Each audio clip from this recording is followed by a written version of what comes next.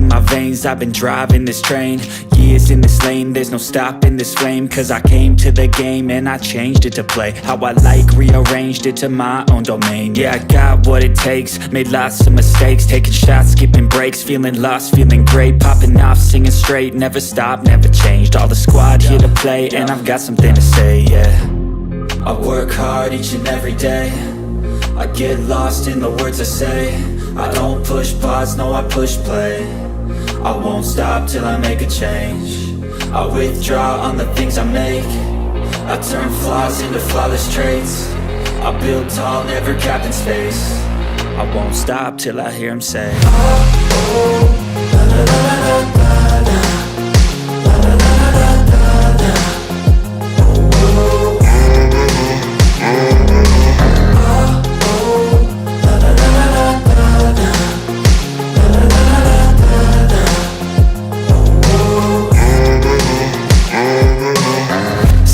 And I'm up again. I got tired eyes, need a cup of blend. That's right, in the AM, that's my only friend. No light, just the sun coming up on the horizon. I lose track of time, yeah, I move fast and climb a new class divine, yeah, true passion shines. And I'm through passing time, I choose stacking dimes. You snooze half the time while I move passing by. I work hard each and every day, I get lost in the words I say. I don't push pause, no I push play. I won't stop till I make a change. I withdraw on the things I make. I turn flaws into flawless traits. I build tall, never capped in space. I won't stop till I hear him say, oh, oh, la la la la la la. La la la la la la. Oh, oh, la la la la la la.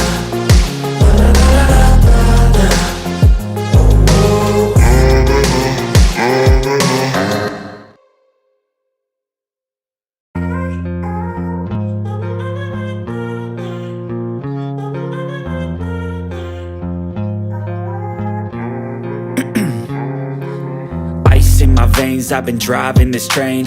Years in this lane, there's no stopping this flame. Cause I came to the game and I changed it to play how I like, rearranged it to my own domain. Yeah, I got what it takes, made lots of mistakes, taking shots, skipping breaks, feeling lost, feeling great, popping off, singing straight, never stopped, never changed. All the squad here to play, and I've got something to say, yeah.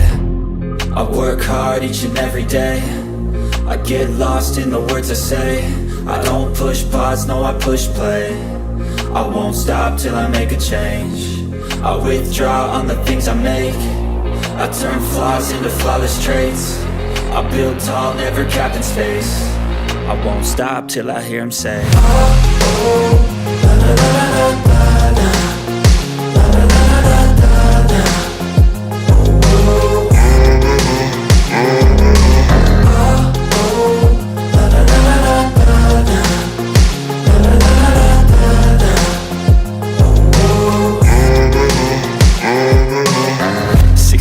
and I'm up again. I got tired eyes, need a cup of blend. That's right, in the AM, that's my only friend. No light, just the sun coming up on the horizon. I lose track of time, yeah, I move fast and climb a new class divine, yeah, true passion shines. And I'm through passing time, I choose stacking dimes. You snooze half the time while I move passing by. I work hard each and every day, I get lost in the words I say. I don't push pause, no I push play. I won't stop till I make a change. I withdraw on the things I make. I turn flaws into flawless traits. I build tall, never capped in space. I won't stop till I hear him say, oh, oh, la la la la la la. La la la la la la. Oh,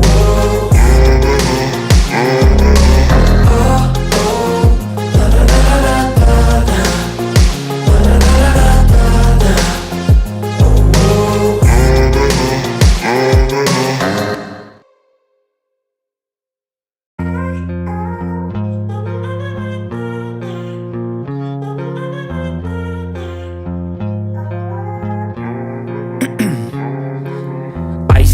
veins, I've been driving this train. Years in this lane, there's no stopping this flame. Cause I came to the game and I changed it to play how I like, rearranged it to my own domain. Yeah, I got what it takes, made lots of mistakes, taking shots, skipping breaks, feeling lost, feeling great, popping off, singing straight, never stopped, never changed. All the squad here to play, and I've got something to say, yeah. I work hard each and every day, I get lost in the words I say. I don't push pause, no I push play. I won't stop till I make a change. I withdraw on the things I make. I turn flaws into flawless traits. I build tall, never capped in space. I won't stop till I hear him say, oh, oh, la la la la la la, la la la la la la, oh, oh, oh, oh, la la la la la la, la la la la la la, oh, oh. 6 a.m. and I'm up again. I got tired eyes, need a cup of blend. That's right, in the AM, that's my only friend. No light, just the sun coming up on the horizon. I lose track of time, yeah, I move fast and climb a new class divine, yeah, true passion shines. And I'm through passing time, I choose stacking dimes. You snooze half the time while I move passing by. I work hard each and every day, I get lost in the words I say. I don't push pause, no I push play. I won't stop till I make a change. I withdraw on the things I make. I turn flaws into flawless traits. I build tall, never capped in space. I won't stop till I hear him say, oh, oh, la la la la la la, la la la la la la, oh, oh, oh, oh, la la la la la la, la la la la la la, oh, oh.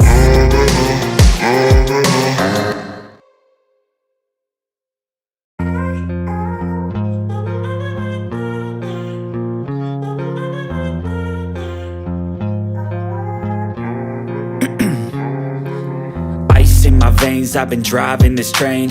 Years in this lane, there's no stopping this flame. Cause I came to the game and I changed it to play how I like, rearranged it to my own domain. Yeah, I got what it takes, made lots of mistakes, taking shots, skipping breaks, feeling lost, feeling great, popping off, singing straight, never stopped, never changed. All the squad here to play, and I've got something to say, yeah.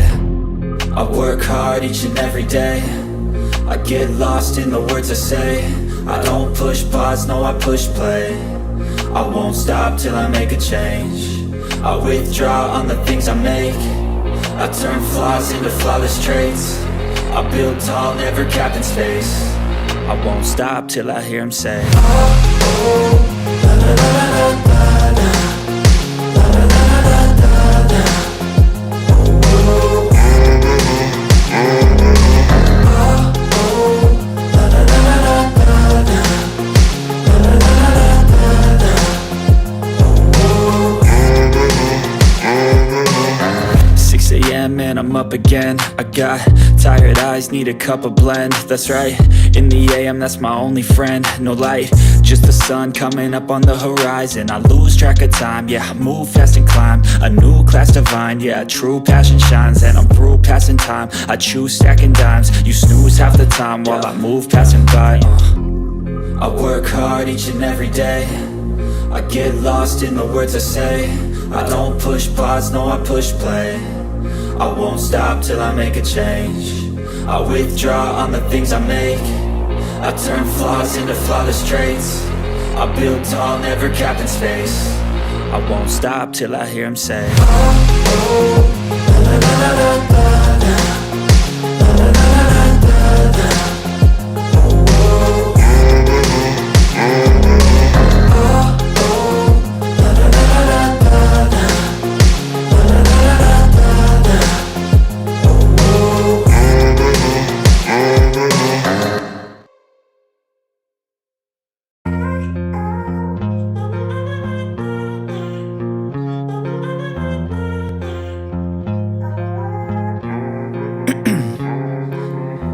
In my veins, I've been driving this train. me is in this lane, there's no stopping this flame. Cause I came to the game and I changed it to play how I like, rearranged it to my own domain. Yeah, I got what it takes, made lots of mistakes, taking shots, skipping breaks, feeling lost, feeling great, popping off, singing straight, never stopped, never changed. All the squad here to play, and I've got something to say, yeah. I work hard each and every day, I get lost in the words I say. I don't push pause, no I push play. I won't stop till I make a change. I withdraw on the things I make. I turn flaws into flawless traits. I build tall, never capped in space. I won't stop till I hear him say, oh, la, la, la, la, la. Yes, good people, big up to all of you. Thank you once again for finding the time to join me on the show, this particular edition of the Blue Morning Show. Yes, it's still the Blue Morning Show. We have a few items lined up to talk about. Then after that, we get into the match preview proper, the match preview for Chelsea versus Club America preseason or friendly a preview where we'll also try to predict the lineup or maybe just have fun and pick Chelsea's strongest 11 because we're not too sure what the manager is going to do now. We will talk about Atletico, Conor Gallagher's potential move to Atletico Madrid. We'll talk about the backup, not maybe somewhat a subtle battle between Fabrizio Romano and David Ornstein. We'll talk about what went on, where we are with that one, where we believe we're at. And then we'll talk about Ben Chilwell, Gabriel Mec, and then also Andrey Santos. But more importantly, I do hope you're doing well, and I appreciate you all finding the time to join me on the show this particular morning. Thank you once again. We have a total of 42 people watching, but only 11 of those on YouTube. In a beat, without wasting much of your time, I will go to the presentation window so that we can address start addressing the items we have lined up without wasting time. So I'm going to switch to the presentation window, and please keep dropping the likes on the stream, people. The likes do go a long way. And my bro Vic is in the house. Vic, I appreciate you finding the time to join the show. I do hope you're doing well. Thank you so much for joining me. Give me a second here. I'm not sharing the screen properly. Let's do this. Yes, that's the one right there. And if you're in the chat already on the Vic, tell me, are you looking forward to today's game? Do you think the manager will still experiment, or do you think he'd pick a very strong 11 to ensure he gets a win and, hit the ground running maybe? I don't know if there's a better language than that.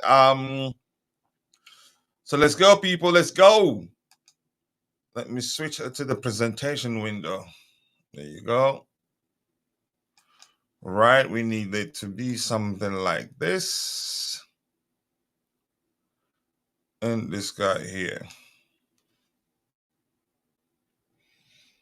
More likes, people. More likes, people. Yep, Vic is saying the right thing there. If you're watching the show, if you haven't, please take a second to drop a like on the stream for us to help us garner more likes. The likes do go a long way. And for those of you that are watching, but for one reason or the other, you're not able to participate in the chat, just know that we appreciate you. And that's because we recognize that you watching alone does go a long way. But we want to ask you for one favor, one tiny bitty favor, which is to take a second and drop a like on the stream for us. The likes do go a long way. Yep, more likes. And it says that Vic says, yep, Vic triggered that command. Let's get the likes out, people. Please like the video if you haven't. The likes do go a long way. So let's get into addressing the items we have lined up. No need to wait. We're here. The first item talks about Andrey Santos should join the Strasbourg group in the coming hours. Good move for him. He's a good player, and if you ask me, I'd say he's even good enough to be part of the squad.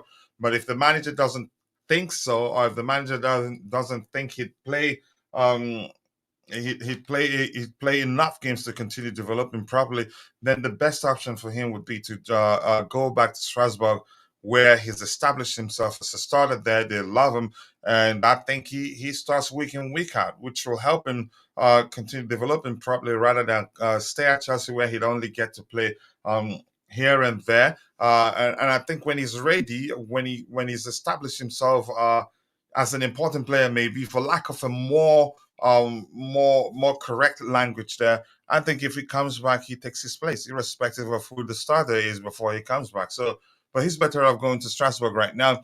Yes, people, Vic is in the house. What's buzzing? Cousin, I hope you're doing well. And it says, Club America are fast and aggressive. We need a strong team to beat them. I think I agree. And they're also their season is still going on. It's not like not really preseason for them, in my opinion. And it's not, and they're not going through a change process, for lack of a better language there. I think it's going to be a real test for us, and I think the manager should take it seriously. So select at least the 11 he wants to play against subsequent games after that are friendly today, because it's important that he has a good idea of how maybe his starting 11 will be. So I suspect also that he'd select a strong 11.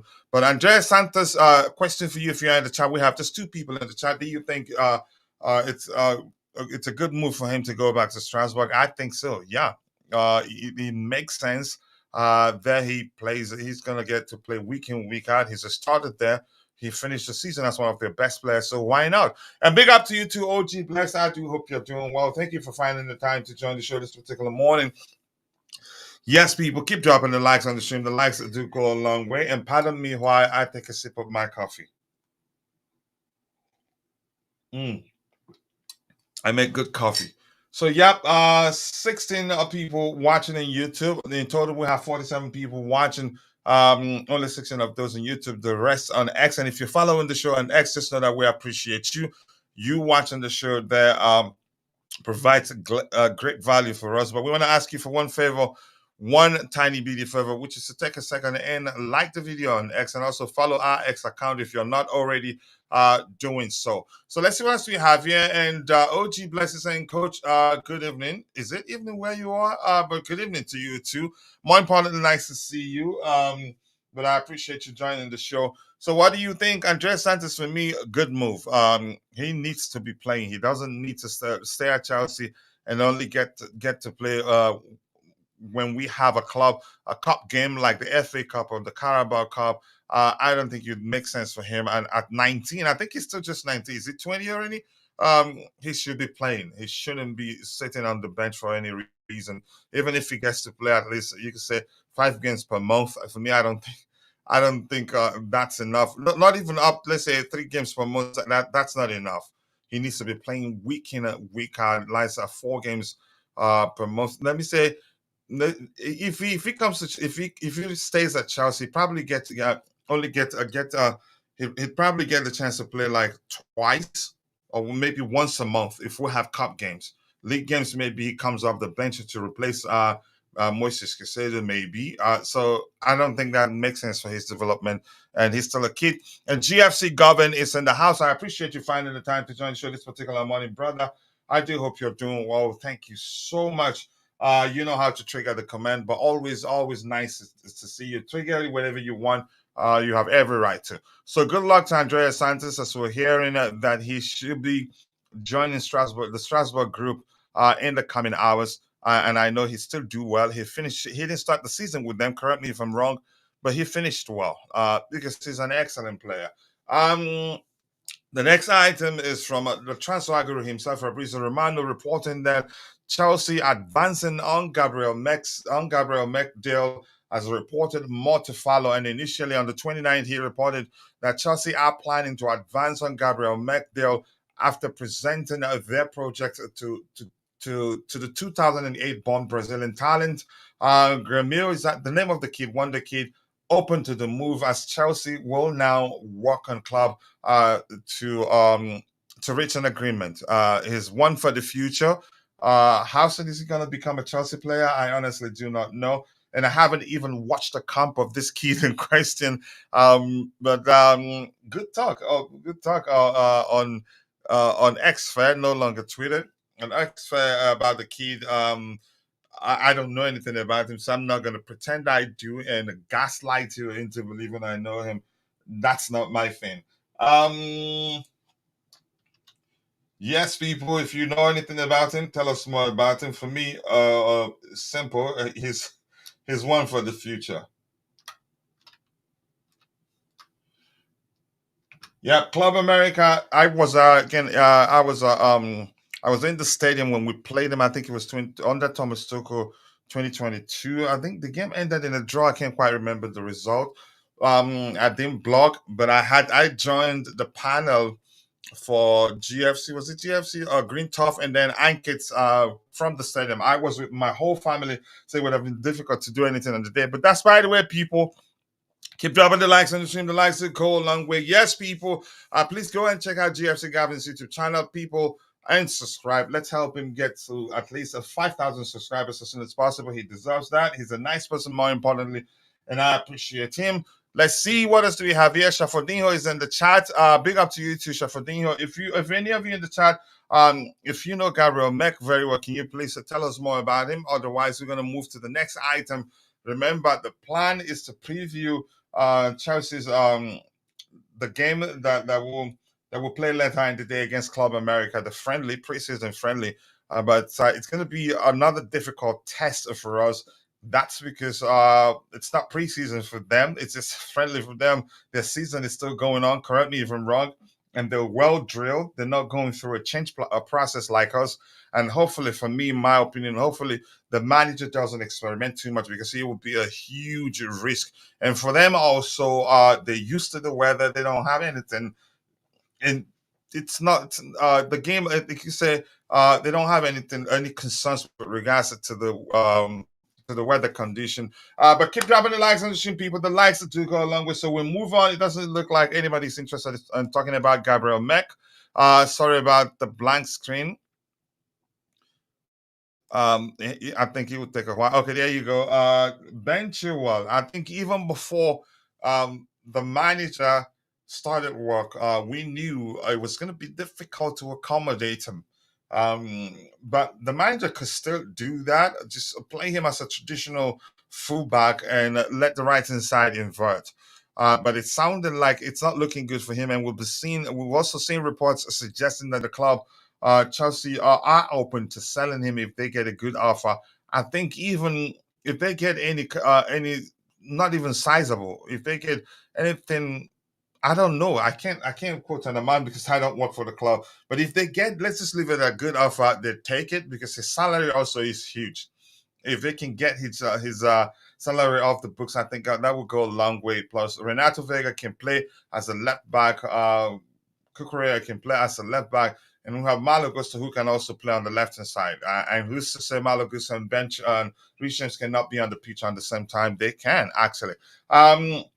But while you're out there, people, keep dropping the likes on the stream. The likes do go a long way. And quickly, I want to appeal to those of you who are following the show, but for one reason or the other, you're not able to participate in the chat. Just know that we appreciate you. And that's because you watching alone does go a long way. But we're going to ask you for one favor, one tiny bitty favor, which is to take a second and drop a like on the stream for us. The likes do go a long way to help us garner more likes, which will in turn push the YouTube algorithm to push the stream to more people who'd be interested in the topics we have lined up.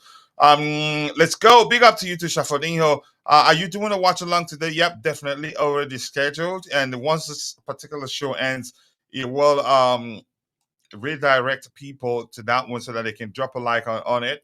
Good day, Mr. Onyedikachi. I do hope you're doing well, and I appreciate you finding the time to join the show. So we move on from the. If you have anything, if you're in the chat, I'll give you a few, maybe a minute or two.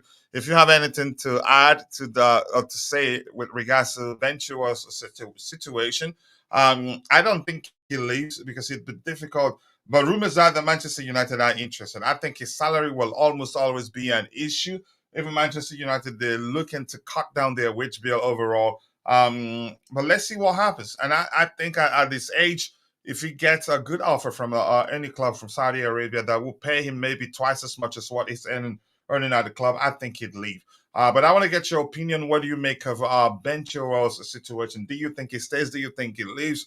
There's a particular report where Enzo Maresca spoke specifically about Ben Chilwell's situation, how he understands he's a left back, how they're trying to find where to fit him in, to me, which suggests that, yeah, if not for his experience, you could say and his character, reported character, and his leadership ability, importance of his leadership abilities, reported leadership abilities, I have to say, I think it'd be correct to argue that it's basically surplus to requirement, but that's just my opinion anyway. But let's hear your thoughts on Ben Chilwell's situation. And I have my bro in the house. Good morning to you, to my brother. I hope, yep, I am great, and I hope you're doing great too. Always nice to see you, and I appreciate you finding the time to join the show. Let's see what else we have here. We're tired of talking about all these kids. Um, for me, I'm fine. Honestly, I we're not signing all of them to be part of the first team squad.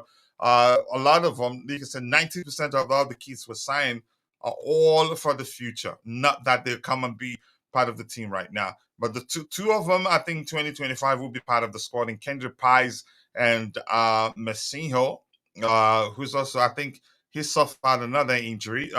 Proper choice, in my opinion. Keep dropping the likes on the stream. The likes do go a long way.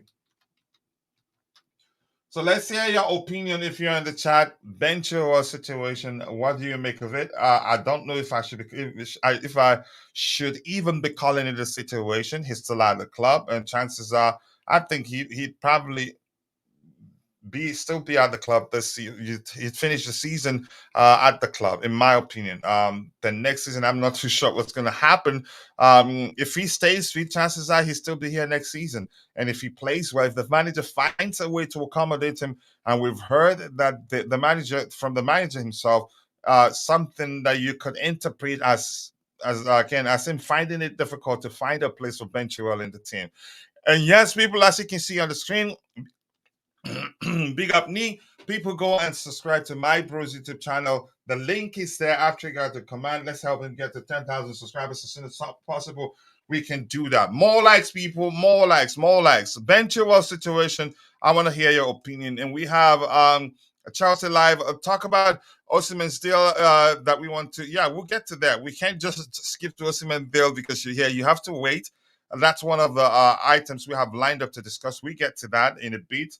Don't worry. The most important, I think you already know. More likes, people. We have how many likes in total? 23 likes, and we are 28 minutes into the show. We should be doing a lot better. So, but let's hear your opinion on Ben Chilwell's case. Maybe I wouldn't call it a situation. Coach, I think it's time for Ben Chilwell to leave Chelsea. He's tried for his best for the club. Here's the thing I want to tell you. It's easy to say it's time to leave. But the truth is, yeah, I don't. It's would he want to leave? And will it be easy to find a buyer? No, I will not be. It will not be easy to find a buyer. And I'm gonna tell you this: it's one of the top earners at the club. And usually, when they switch clubs, they seek a pay increase. And given how much is on right now, I can't quite remember. Let me just check. If somebody can help me check in the chat, but I think it's one of the top earners at the club. I'm not quite sure how much exactly. I think it'd be difficult to find a club. You can say that will pay him. You can say that will give him a 50% increase to sign him. And it's not been long he signed a new contract, so probably he's not going to be in a rush, or maybe so much in a rush to leave, take a pay cut so that he can play and again get a chance to represent England at his age. I don't think he'd be in a hurry to leave. Yeah, he's one of those. Like you could say, his situation is one of those situations where the player, when you ask him about his future, he tell you he wants to stay and fight for his place. Which to me, I usually interpret as, yeah, I'm gonna stay and be earning the money because I don't want to go elsewhere and take a pay cut. It just doesn't make sense. Because to me, his place again, him getting the chance to represent England again will take a lot. It's not like he killed it last season. It wasn't, yeah, he didn't kill it last season, was injured majority of the time. And that has been the case for 2-3 years right now. He hardly stays fit. And for me, that's a huge issue. That's in its own, on its own, you can say it wouldn't make it easy for club to look at him and say, okay, let's sign him, because they'd be concerned with regards to his injury record. So if you get my point, I don't see too many clubs willing to come sign Ben Chilwell and then offer him a pay increase. No, he'd have to take a pay cut for clubs to be eager to take the risk and say, okay, after all, he's going to take a pay cut, so let's sign him and see how it works out. So his situation is a bit complicated than a lot of people know. I've heard a lot of people say, sell him, sell him, sell him. No, it's not that easy. Yeah. And let's move on. Okay, the next item we have here from my bro saying Ben is in a better place than United. Chelsea. Okay, let me see what is he saying here. He says where okay in a better we are in a better position, I guess. Their development last season than United. Okay, we're better in a better place in terms of the measure, the process we've made in terms of our process of maybe process project so to speak were better, but here's the thing. The point is he gonna play? The point is, would he want to be playing, or would he be content with sitting on the bench and just earning the money? We just don't know. But my opinion is that his case is a bit too complicated than a lot of people know. I don't think he would want to leave and take a pay cut. At least that's my opinion. And I don't see too many clubs, you could say, wanting to sign him and give him a pay increase. A lot of clubs would gladly sign him, but he has to take a pay cut already, in my opinion. Keep dropping the likes on the stream, people. The likes that do go along with things can only get better after the previous two matches. Big up. Hopefully, the manager, you can say he stops experimenting, because if he decides to experiment, I think chances are would lose to Club America. They're well drilled. The season is still going on. And if we risk it too much, if we take them for granted, they will batter us.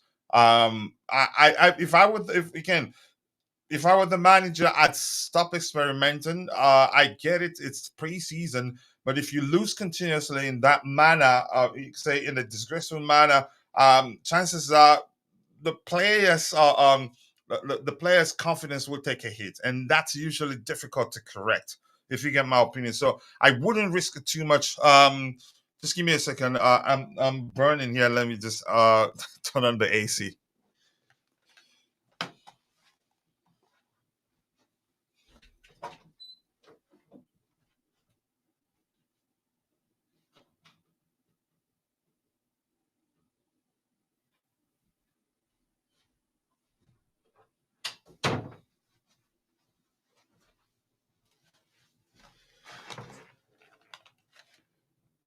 Yeah, sorry about that. I had to. I'm beginning. I started sweating. So, yeah.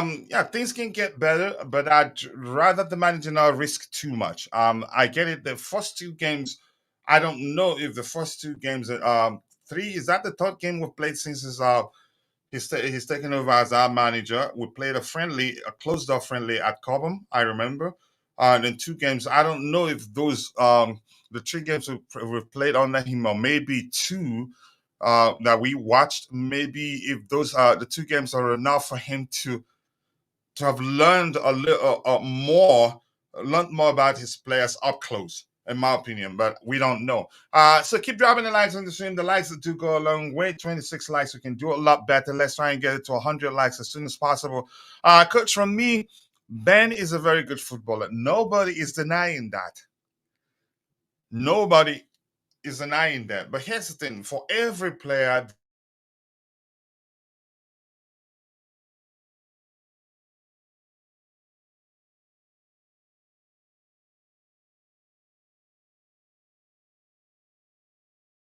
the club decided to hire Enzo Maresca. A lot of people knew that it'd be difficult again for him. That's not saying it's not possible. Like my brother, Uncle Justice said to me when we had that conversation on X, that's where the qualities of a good manager come in, so to speak. So if you're a good manager, you can decide not to invert the left hand side and invert the right hand side, while the guy on the left hand side uh, operates as a traditional fullback.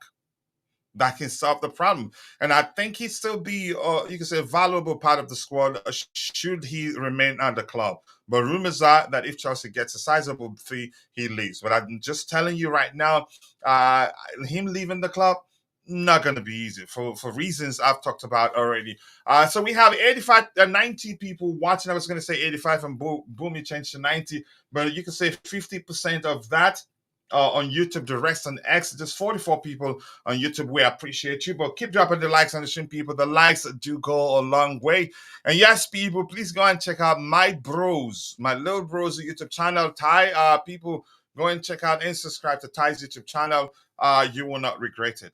There you will find the profile videos of all our new signings, especially those that are part of the first team. If you don't know how those players apply themselves on the pitch, you'd see a video that explains in detail how they apply themselves or how they play whenever they're on the pitch, if that's the language you prefer. But I'd say go check out Ty's YouTube channel, subscribe, watch those videos, leave a comment on them, and join Ty's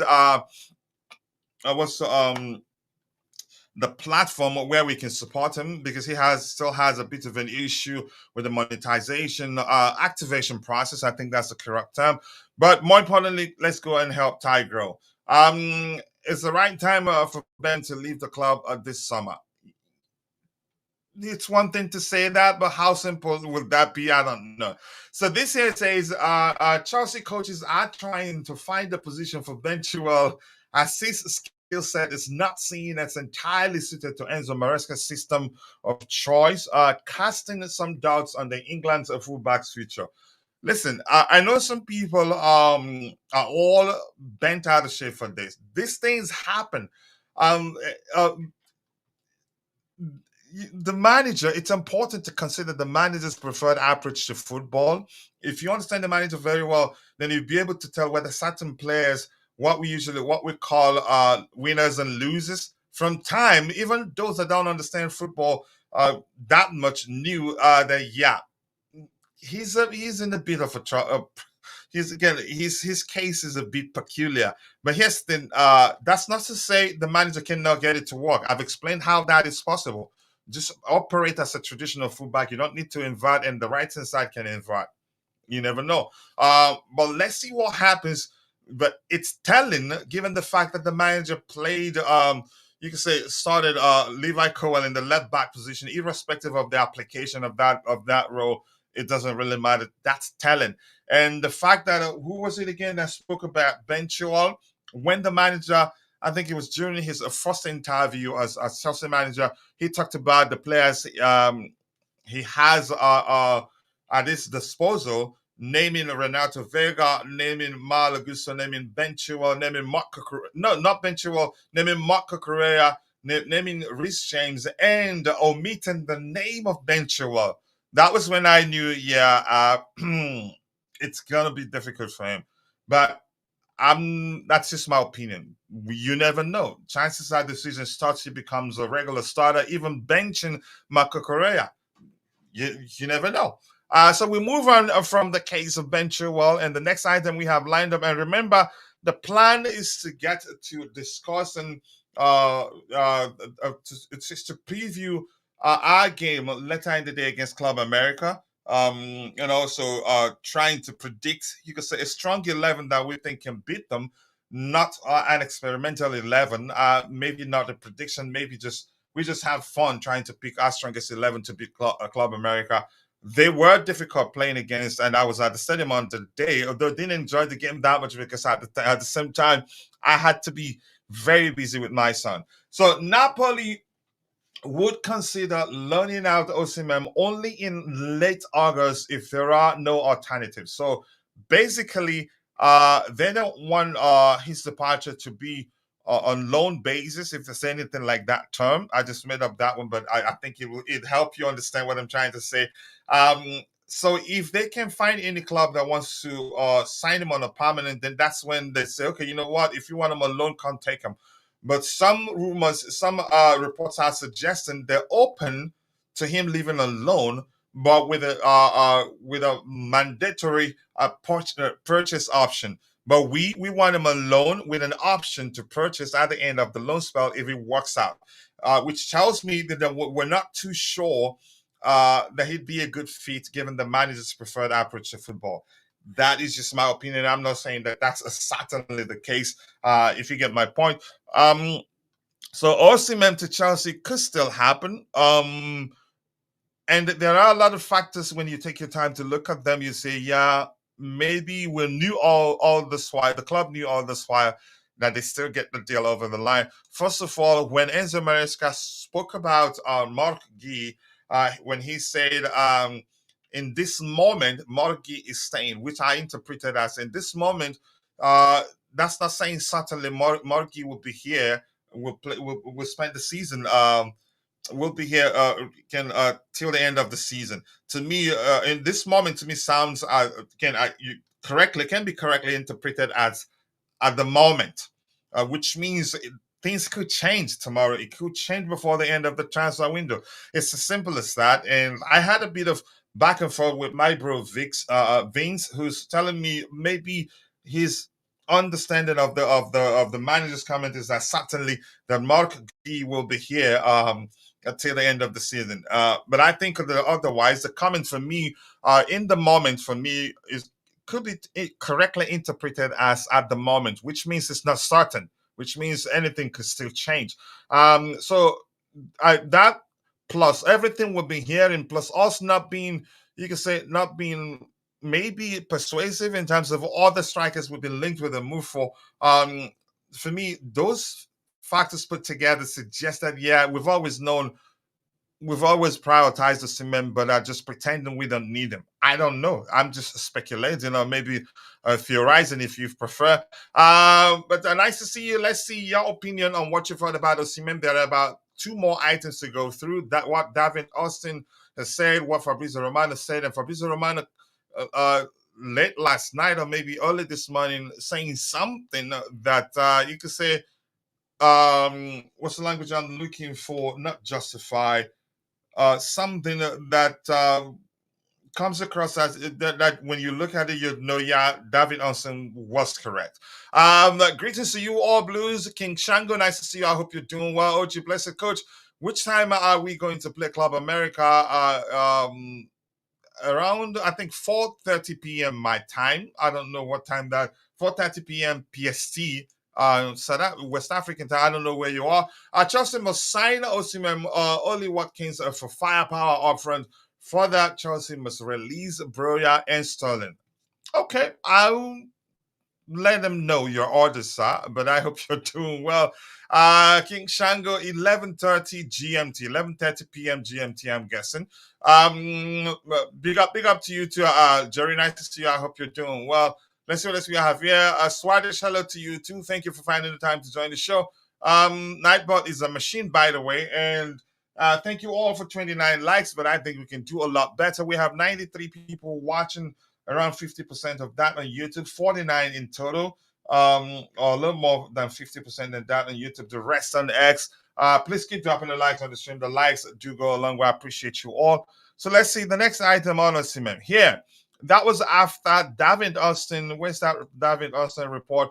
Where, yep, this particular report here before this one. So David Austin, he posted this report saying Napoli in ongoing talks with Chelsea to sign Romelu Lukaku while discussions between Napoli and Chelsea FC also taking place about move for Victor Osimhen in opposite direction. Lukaku will be permanent. Osimhen season-long loan with a buy option, whether that be mandatory buy option or maybe if we feel like he's done well enough that we want to keep him, just the sort of thing we did with João Felix. But here's the thing, David Austin posted this, and he usually doesn't post a lot.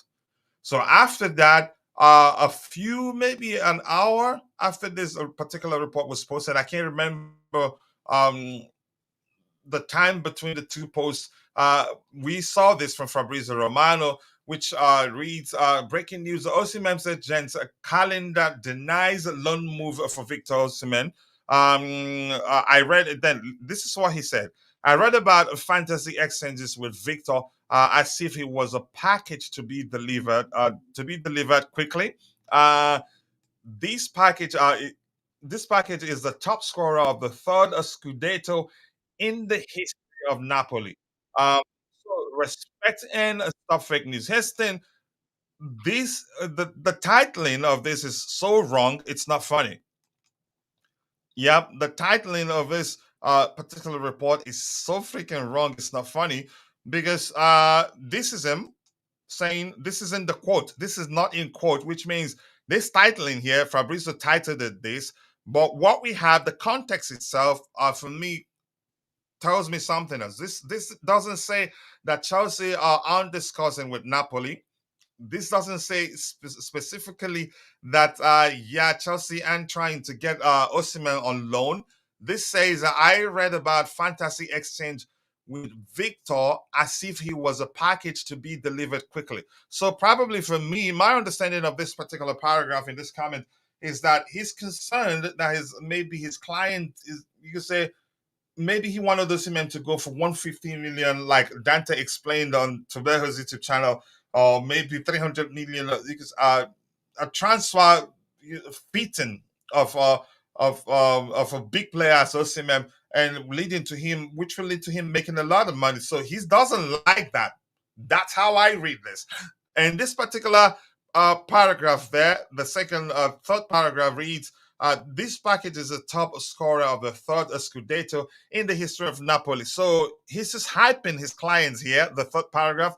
The second paragraph, probably he is not happy that it could end up becoming a loan. Do you get my point here? So this report for me, when I read it, a lot of people were saying, "Oh, okay, so nothing is going on." Oh, but so you can say some people are turning it into David Ornstein fighting against Fabrizio Romano. No, Fabrizio is reporting what Osimhen's agent said. But what I have to say here, my biggest issue is the titling for me is wrong. But the context tells you Osimhen's agent biggest concern is that maybe his client is going for cheap, or maybe he's going to end up not making a lot of money. And then after that, we see uh, here again that's David Onsen's own report. But finally, here what there's something else where one where Fabrizio Romano, I think he said something that when you read it, I don't have that one here. You'd say, yeah, that confirms that David Austin is correct. And by the way, two of them, they're not fighting each other. It's just people that read it that way. And you could say sometimes dragging them into behaving in a manner that you read that they are indirectly confronting each other, which for me, I don't go into that. But that's, by the way, we'll come back. I have Bobby on the panel, and I want to hear his opinion on the Osimhen saga. I think it'd be correct to call it that. We have Swadesh, all of you in the chat. Keep dropping the likes on the stream, people. The likes do go a long way. I appreciate you all for finding the time to join the show. And if anybody shares their channel, triggers a command to share their channel in the chat. If you want to go check it out, you go ahead. Until Chelsea don't bring Osimhen, I will not believe any news rumors. I think that'd be good for your health. Sorry, bro. This one keeps changing. I understand it happens to all of us. I understand. You should see me when I'm tired, especially when I'm tired. Sometimes I curse you out when in fact all I wanted to say was say hello to you. But that's fine. Anyway, keep dropping the likes on the stream. The likes do go a long way. We have 55 people watching on YouTube. In total, 101 people watching, 50% on X, 50% on YouTube. But we can do better than 36 likes. So if you haven't, please do take a second to drop a like on the stream, and also do subscribe to the channel if you haven't. Bobby, thank you for finding the time to join me on the panel. Let's hear your thoughts on the Osimhen saga. I think it's become a saga. It'd be correct to call it a saga.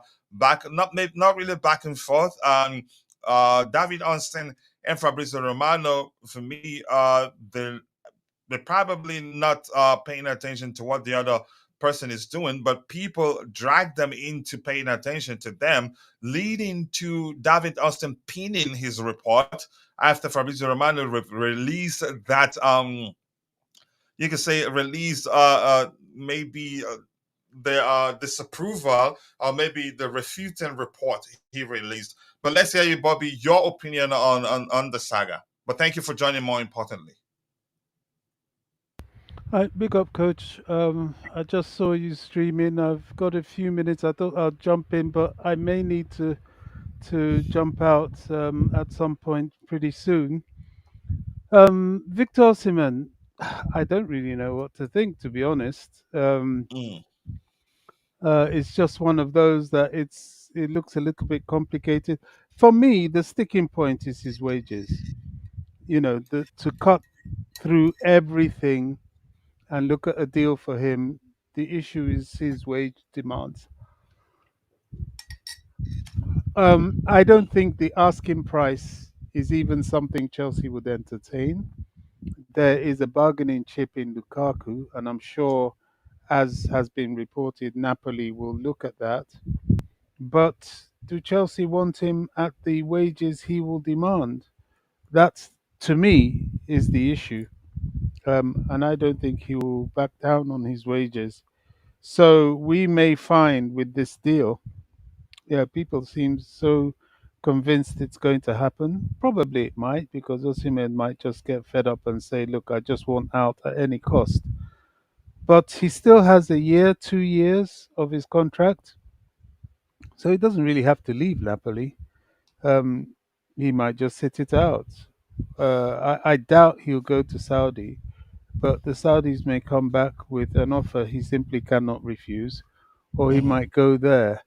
I'm not really thinking he's going to come to Chelsea, to be honest, because of the whole wages issue. That's just how I see it. Yeah, what do you make of the fact that David Ornstein reports that we're trying to get him a loan?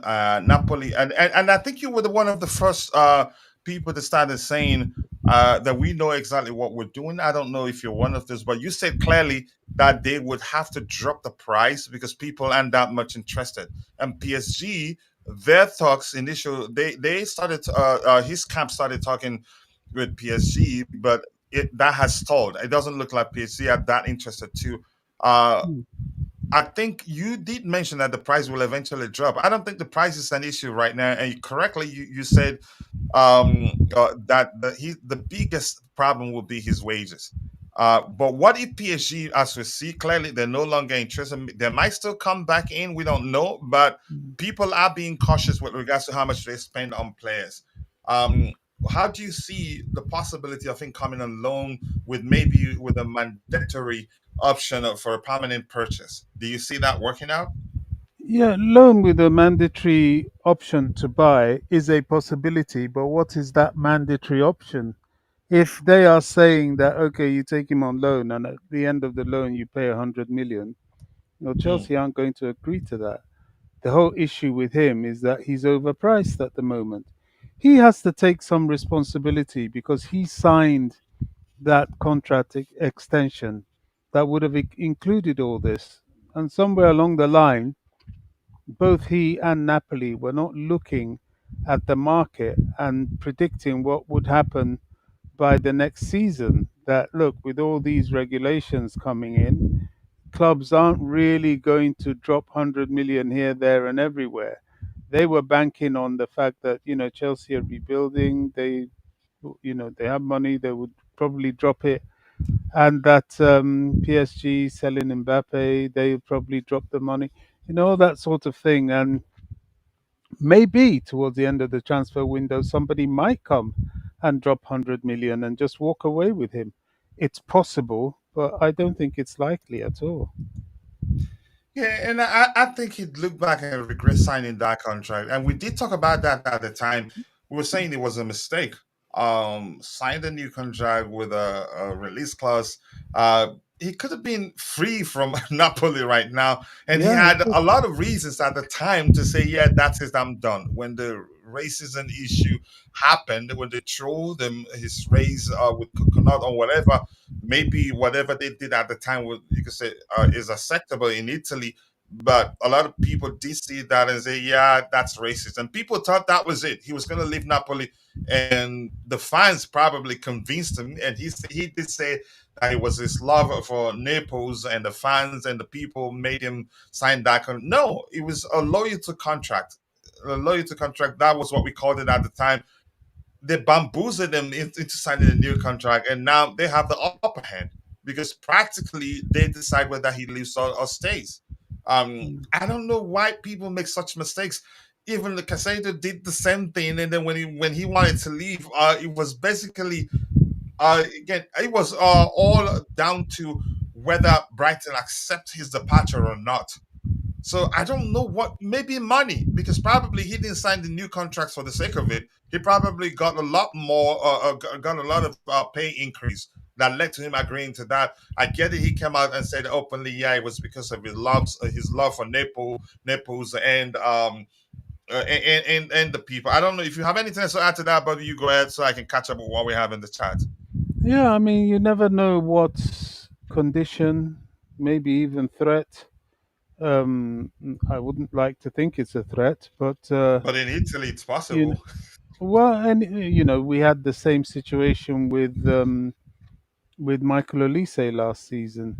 Um, I wouldn't like to say that it's a kind of vindictive threat. It might just be a threat of, oh, if you don't sign this, you won't play the whole season, that sort of thing. Um, Hmm. I don't know. It could well be that. But the fact of the matter is that he did sign that contract, and it's not something that's going to help him going forward. And quite clearly, we can see that now. I don't know. That's he's a silly boy. He might end up staying there. You never know, because one thing that's very, very, very clear to me is Napoli need to back down. Will they? Mhm. I don't know. That's why they're talking to Chelsea. I think maybe they'll reach some kind of agreement um, in the interest of all concerned. That's quite possible. Yeah, I Uh, think I think I agree. When you say interest of all concerned, which means do you mean like Lukaku joining them? Which a huge salary burden on us, and then we get in Osimhen. Do you mean that? I think it'd be. I think they may well come to an agreement because yeah, they both clubs will benefit from the deal. But go ahead. well, I don't. Lukaku joining them with a huge salary burden on us. That makes no sense. That makes absolutely no sense No, whatsoever. no, joining them on a permanent. Oh yeah, yeah. I mean, that's the deal, isn't it? That's what Conte wants. He says he doesn't want anybody else but Lukaku. That can Lukaku happen, wants to go there. of course, but that might have to be a separate deal, because at the moment I don't see how Osimhen can go the other way. I just can't see it. There needs to be a climb down on financial demands, and well, Napoli might climb down, but will he climb down on his wage demands? I'm not sure he Hmm. will. And that's where the problem is. He only has himself to blame. He took that temptation, took a short term wage increase off Napoli, and now he's learning that clubs are beginning to think he may not be worth all that money. Now, PSG have agreed with him. They must have agreed to supersede the wages he's on, but they're reluctant to then add to that and pay 100 million plus for him. People think they're flush with cash after getting rid of Mbappe, but to them, the offloading of Mbappe removes a huge hole in their books to present to the FFP regulatory bodies. So they're not going to sell some to spend some.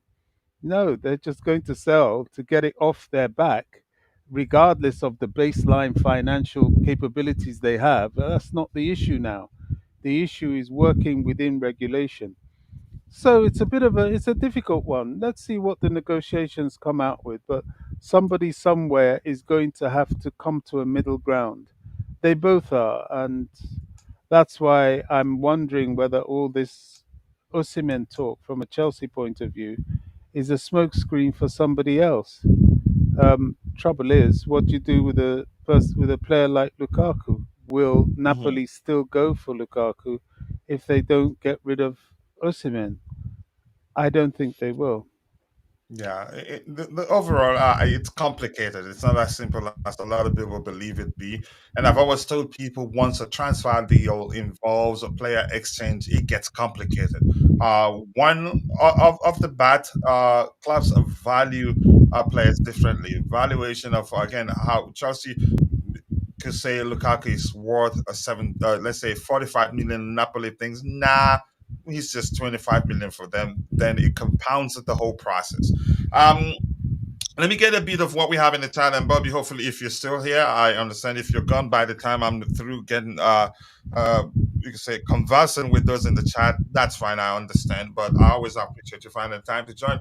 Big up to you too. Ahmad Kyrie, I appreciate you. First time here.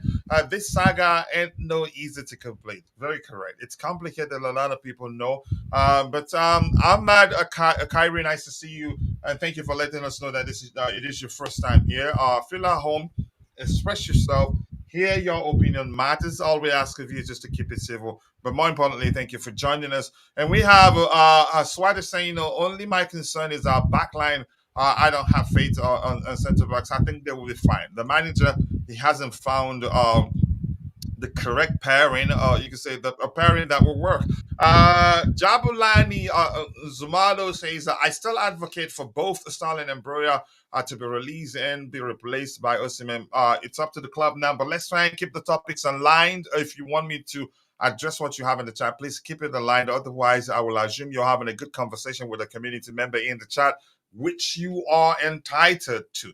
That's what we do here. Enjoy a good conversation with somebody in the chat. But if you want the panelists to address your contribution, keep it aligned.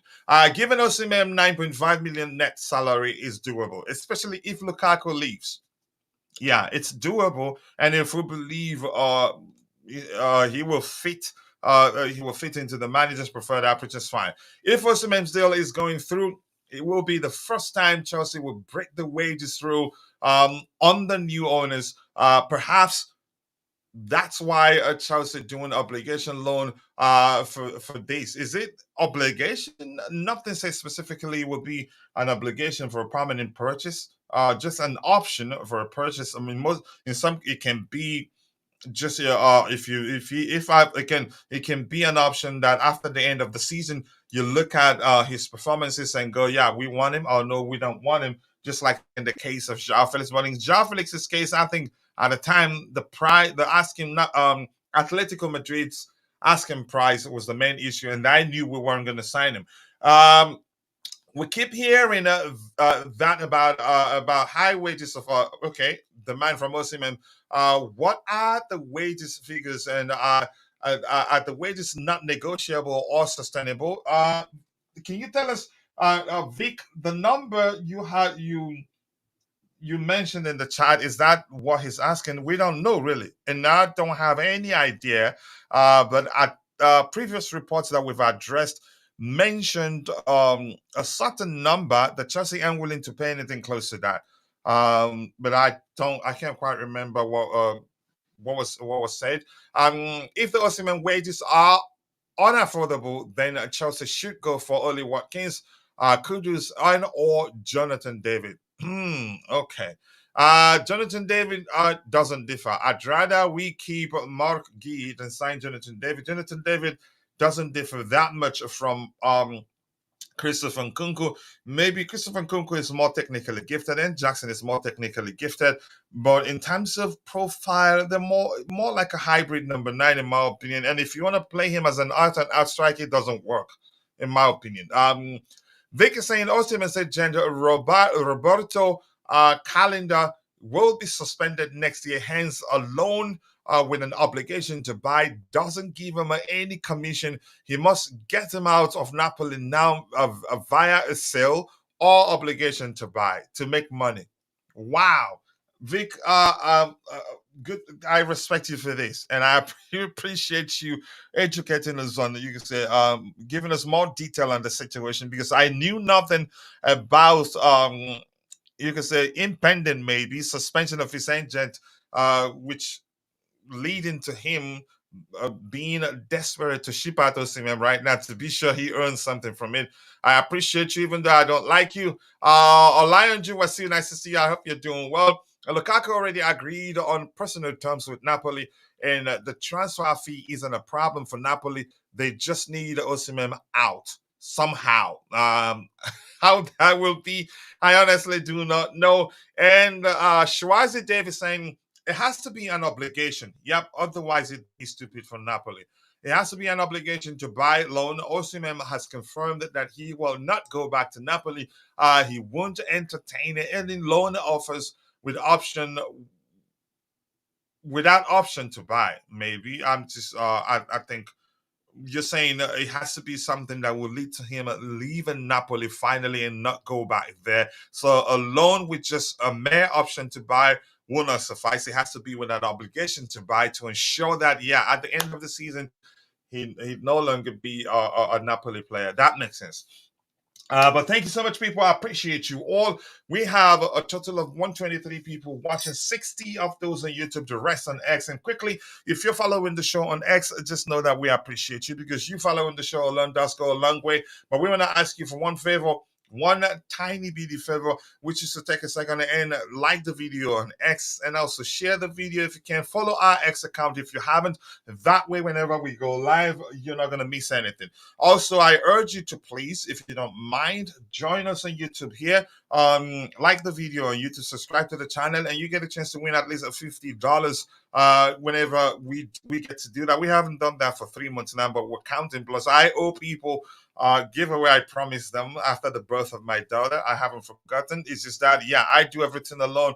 So maybe I should start planning the program properly so that about let me know, just finish that sentence. I owe you guys that and I will fulfill my promise. But that's by the way, keep dropping the likes on the stream. Thank you for that. And we have Ivan Dot. Make Stalin assign a lower salary since he himself knows he's not clicking as he should to stay at the club instead of being sold. Then that can help with Osimhen's salary. You can't force a player to take a pay cut, and I don't see Stalin doing that. If you ask him, he'd tell you he's one of the best players at Chelsea and should be earning even more. And we have in the house Constantine Don, the captain. I appreciate you finding the time to join the show this particular morning. I do hope you're doing well, but you don't have discipline. Almost always late. That's the only, excuse me, only reason why I don't like you, and I don't think I'll ever like you because I don't think you will ever stop being late. But Dante, nice to see you, and thank you for showing your ID there, the Chipchilla thing. I appreciate you for saying that. Let's see what we have here. Keep dropping the likes on the stream, people. The likes do go a long way. We have 51 likes. We can do a lot better. We have 63 people watching, so we should be close to 100 likes right now, but we're not even close. 51 likes. We should be doing a lot better than that. All right, people, what else do we have lined up? Soon we should start addressing previewing the game proper because that's one of the main reasons why we're here. We've discussed that particular item, and we have this item here about Conor Gallagher. And I can be proud of myself. I read the situation very well, took my time to analyze the situation. A lot of people thought he was going to be gone in January, and I told people he'd still be here. But after January, I'm not too sure what's going to happen. That's because his contract situation comes into play. And I'm going to come back to saying, even if the manager, Enzo Maresca, wants him to stay, I think the club's preference would be for him to leave. Because if the manager wants him to stay and the club wants him, again, you say leading to the club to be forced to offer him a new contract, the new contract will definitely be on Conor Gallagher's terms, and I don't see that happening. And at this point, there'll be other clubs willing to pay Conor Gallagher more than Chelsea are already paying him, and willing to pay him, offer him a contract that's not going to be heavily incentivized, just like the sort of contract that Chelsea offer players right now. And which was why I was telling people, I think it was the same day that I said 90 to 10% leaning to him leaving, that I said, you know what, 95% to 5% leaning to him leaving. And I think that's still going to be the case because I don't see a world where Chelsea will offer him a contract on his own terms, not heavily as incentivized as the contract we've offered to players in recent months, weeks, maybe months. You could say the newly signed and also the old players that do we have anybody? Did anybody extend actually? Uh, but let's just leave it at that. The point is Conor Gallagher leaves, but let's read the report.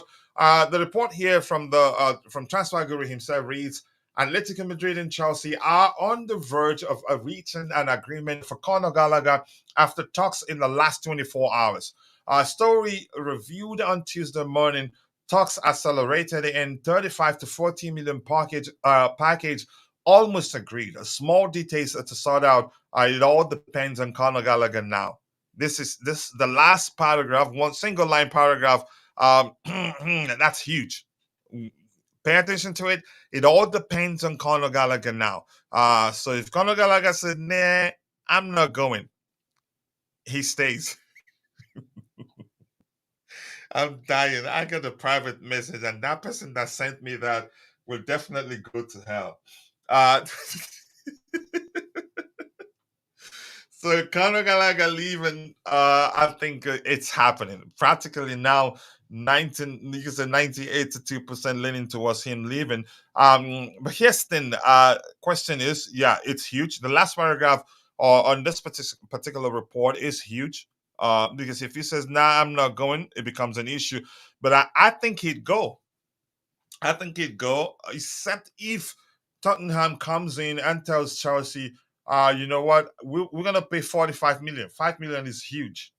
And let's say Atletico wants to pay 35 million euros, and even Tottenham comes in and say we want to pay 38 million euros. I think Chelsea would take that offer. The question now is Gallagher's preference will still come into play. If Chelsea accept a Tottenham's bid and Gallagher says he prefers going to Atletico Madrid, we have to make do with the Atletico Madrid offer. And just like Christian Pulisic, I think we had a better offer from a French club, and AC Milan offered less, but he wants to go to AC Milan. We had no choice than to take the AC Milan offer. So Conor Gallagher's preference is very important in this situation, irrespective of you can say the club we have an agreement in place with it basically nothing except if he agrees to join that club. But maybe the fact that we did address a report a few weeks ago suggesting that Trippier, who's played on that money at Atletico Madrid, has sold the Atletico Madrid project to him and is trying to convince him to join Atletico Madrid. Maybe he would want to go there, but we don't know. But the fact that we're hearing that Tottenham are preparing a bid, I think Gallagher won't be in a hurry to agree personal terms with Atletico Madrid. It's just my opinion, but let's hear if Bobby is still there, his opinion on the not no longer situation. I think the question I should be more specific. The possibility of Conor Gallagher joining Atletico Madrid. I don't think the club has any other option than to sell him because he's not looking to sign another to sign an extended to sign a new contract at Chelsea. But let's hear you, Bobby. However you want to speak, from whatever angle you want to speak about that, you go ahead. Yeah, this is another one that's very difficult to speculate. Hmm. Um, it looks at the moment, it looks like he's not willing to sign a new contract that has been presented to him. That's how it looks, and that's Hmm. possibly what's going to happen. Um, Tottenham or Atletico, I don't know. It'll be down to him. I would be surprised if he does choose Tottenham ahead of Atletico. I'd be very surprised. I mean, they would have to really, really offer him a king's ransom for him to go there because he knows the rivalry and he's a part of that rivalry. His family. I can see more of an Atletico direction depending on what they offer him. Or he might just choose not to go anywhere. He has a year left. He might say, "Look, I want to run down my contract." There's nothing Chelsea can do Because about he it. gets a lot more money by doing that, right?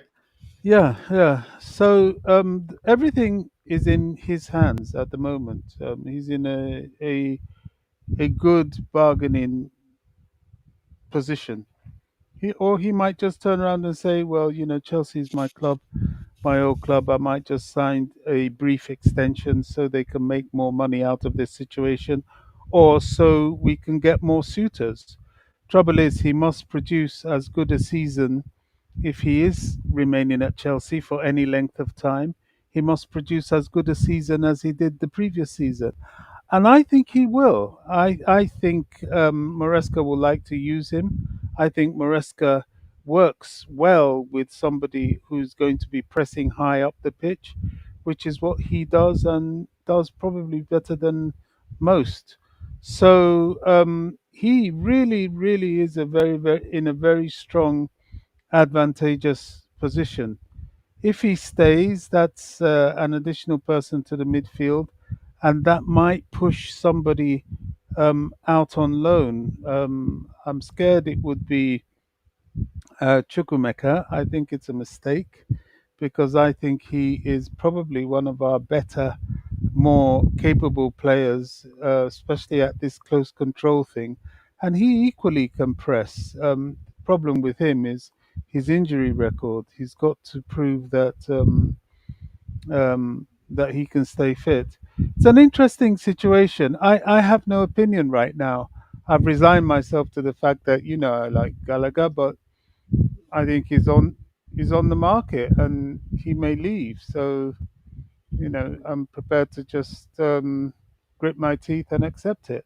So it'll be interesting to see how that pans out. It's just as uncertain um, as the uh, Osimhen situation. Yeah, it's to me, it's no longer complicated, and that's because even if the manager wants him to stay, the club is not going to find it easy convincing him to sign a new contract, which is the most important aspect of the whole thing. I don't see the club accepting okay because the manager wants him to stay. We should just let him stay, whether he signs a contract or not, and gets to leave as a free agent. It doesn't matter just because the manager wants him to stay. So for me, he's definitely leaving. It's more complicated than he ever was right now because his contract situation comes into play. And I knew that was going to be the case. Every sensible person that followed the Conor Gallagher Chelsea contract situation right, should have realized it before now that yeah, he's definitely leaving. I don't see us because look, if he leaves, he gets to earn a lot more. He gets to get a contract that's not as heavily incentivized as the sort of contract we offer to players these days. So good luck to him. And yeah, for me, he's tailor made if you want for Diego Simone's system. And I think if I was Conor Gallagher, for me, I'd reject any offer from any English club and go to Atletico Madrid. I think that would do him a world of good, like Bobby would say. He gets to play week in, week out. I don't think that they actually Atletico Madrid has any player as energetic or as industrious maybe as Gallagher, in my opinion. And Gallagher can become better. He goes to a club where the way they play well suited to his the way he applies himself whenever he's on the pitch. The manager himself, that's his thing. So I'd go for to Atletico Madrid, even if Tottenham comes with a better offer. And the truth remains, I'm going to go back to saying this. I don't know if that's correct. I haven't actually taken my time to look at it and say, yeah, that's correct. Is it in fact that the is it true that British players usually are reluctant uh to leave the country and play elsewhere, Bobby? You could off the bat, you could say, yeah, that's correct because there aren't too many, except the most. You could say the best players usually don't leave the country. In most cases, only a few have done that and done well. But let's hear you, Bobby. Yeah, I think it's true to some degree. I think the reason is more financial than preference. It's just that, Mm, the Premier League offers more than any of these other league. And unless you are an exceptional player, like the likes of David Beckham, I think he Jude. was he was exceptional. Jude Bellingham. then the foreign leagues will offer you Michael Owen, something. would you say he did well at Madrid? Michael Owen did play for Madrid, right? He did, Okay. and he struggled. Sometimes our British players go there and struggle. Sometimes, they go there and they can succeed, like Steve McManaman and David Beckham, and Mhm. Jude Bellingham is doing right now in Real Madrid. Basically, they all seem to have done better in Madrid. The ones that, if you go further back, that went to Barcelona, your likes of Gary Lineker, Mark Hughes, they didn't really hit it off. They did, but but not. I think it's a money thing more than anything. Um, People will go if you pay them. It's as simple as that. And sometimes, is it a loyalty thing? Well, we know from players, even within the country, that loyalty is there sometimes, but not all the time. Sometimes they will jump ship for money. Look at Mason Mount. He left for money. I don't care what anybody says. That's just the truth. And anybody trying to pretend otherwise, I think is just fooling themselves. The guy wanted a better payday, and he got it. So um, yeah, I think if Atletico Madrid were to offer Gallagher something that he would find tempting or closer to what he's looking for at Chelsea, because I think perhaps the problem with him getting a new contract is money. I really believe that.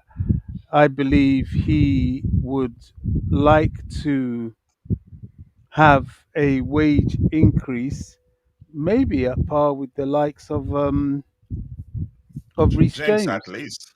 Yeah. Yeah, and he's not going to get that at Chelsea. I think Reece James is being treated as an exceptional case. That's Yeah, Dante, I think probably you're seeing firsthand that you're not important to the community. You were there, and I went back to Bobby again on two occasions without even getting you to speak. But oh you wow, know what? Yeah, that's that the first, because usually I'm the one that gets the I snub. prioritize him, right? Yeah, Nah, big up that's what Dante. happens when you're always late. And big up to you, the Football Fan Zone. I'm looking forward to our collaboration as soon as I can. Before I go to Dante, quickly let me catch up with a few of the items we have in the chat. And Rich Money Makers.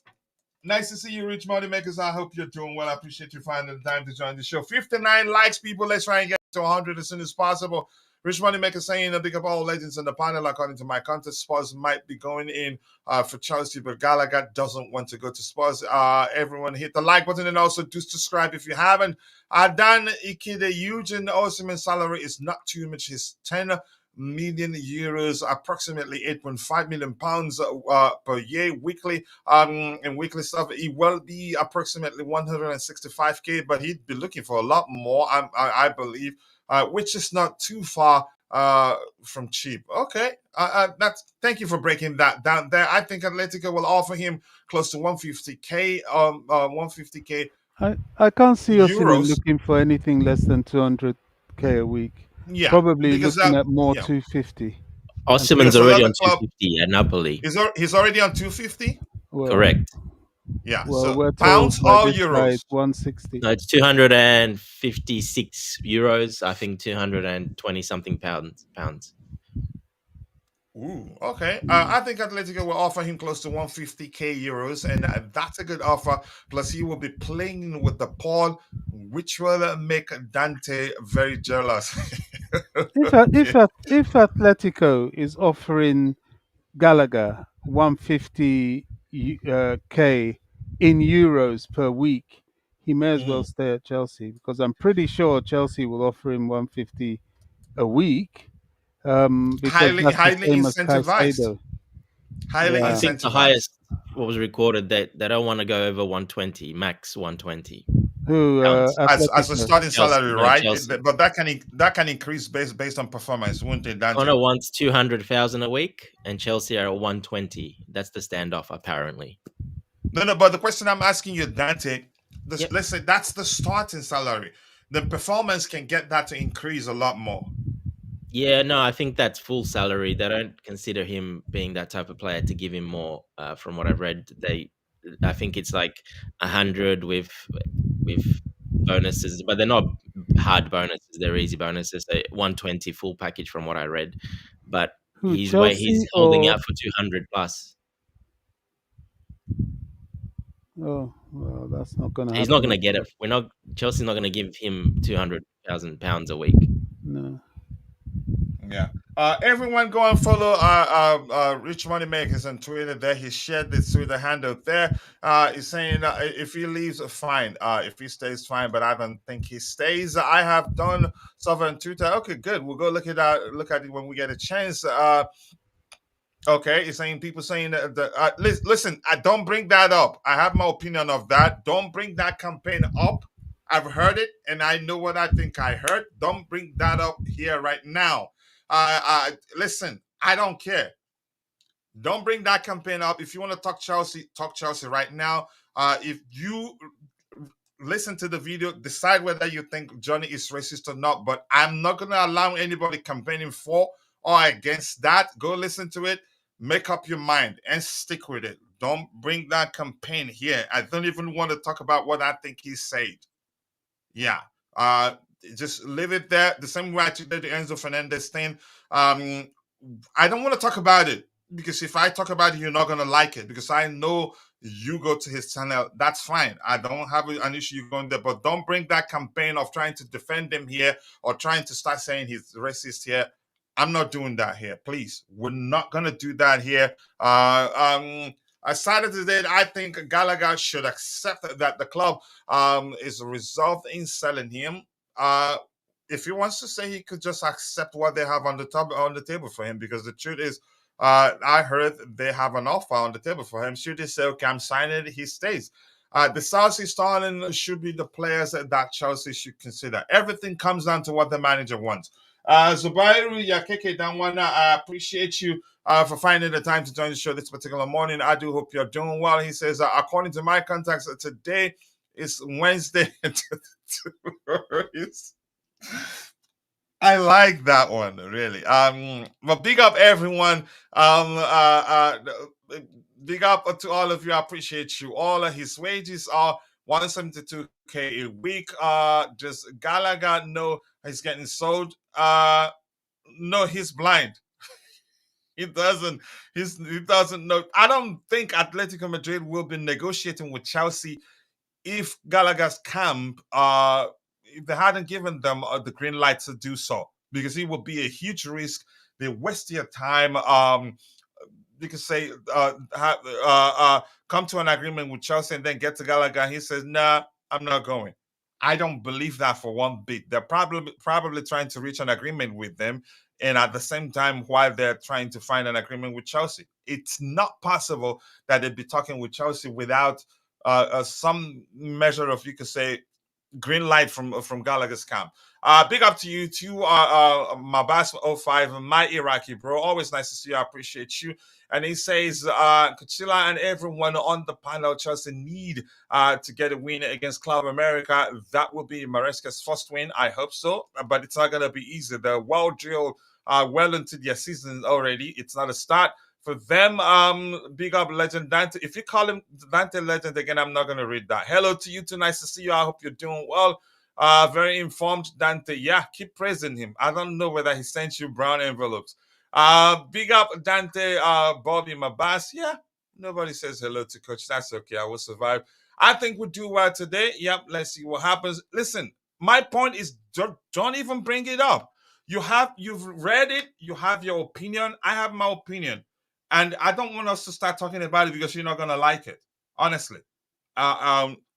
We'll find out. If he is, we will find out. And I don't want to speak about my opinion of whatever is going on. Just leave it here. We were in the middle talking about a particular player, and boom, you just started talking about it. I don't want to start It's a campaign. Whether that was your reason for saying it, or to get people to believe it's not racist, or whether to get people to believe it's racist, it's a campaign, irrespective of how you see it. That may not have been your intention, but unknowingly, it's a campaign. That's how I see it, and I don't want that here. And I'm quite sure all the community members don't want that discussion. We're here to talk about Chelsea Football Club. It's up to him, Johnny, to defend himself and explain. And I've heard him say, first of all, I just don't want to talk about this because you're not going to like what I say. Gallagher will not get any offer of more than 100K a week at Chelsea. They don't care about him. Maybe that's another way to see it. Let's see what else you have here. The game today will be tricky to win as they come with a yap mentality and a shithousery mentality, especially since we cannot beat Wrexham. These guys won the league in MLS. They're good. They are a very good side. So yeah, it's going to be difficult. They're well drilled, we're not. I don't think the issue for Yeah, go ahead, Bobby. Chelsea. I don't think the issue for Chelsea is winning the game. Winning is always good, and it'll be our aim. But we have players that need to work on their fitness, and we have players that need to learn and be rehearsed and integrated into how Maresca wants to play. We have a new goalkeeper who I think will be given at least some minutes. That's going to be more of our focus. You know, they're fitter, they're well into their season, so they're going to be fitter. But to be fair, I think they may pull some punches because they probably will not want to get too many injuries. I don't know, but you know, and also Chelsea is always a big scalp. But I don't see us going out there thinking, oh, we desperately have to win because we don't. Yeah, Dante, you can come in. I think we've punished you enough. But apologies, brother. I know you can always come in whenever you want. I totally forgot you were there, and that shows how I value you, right?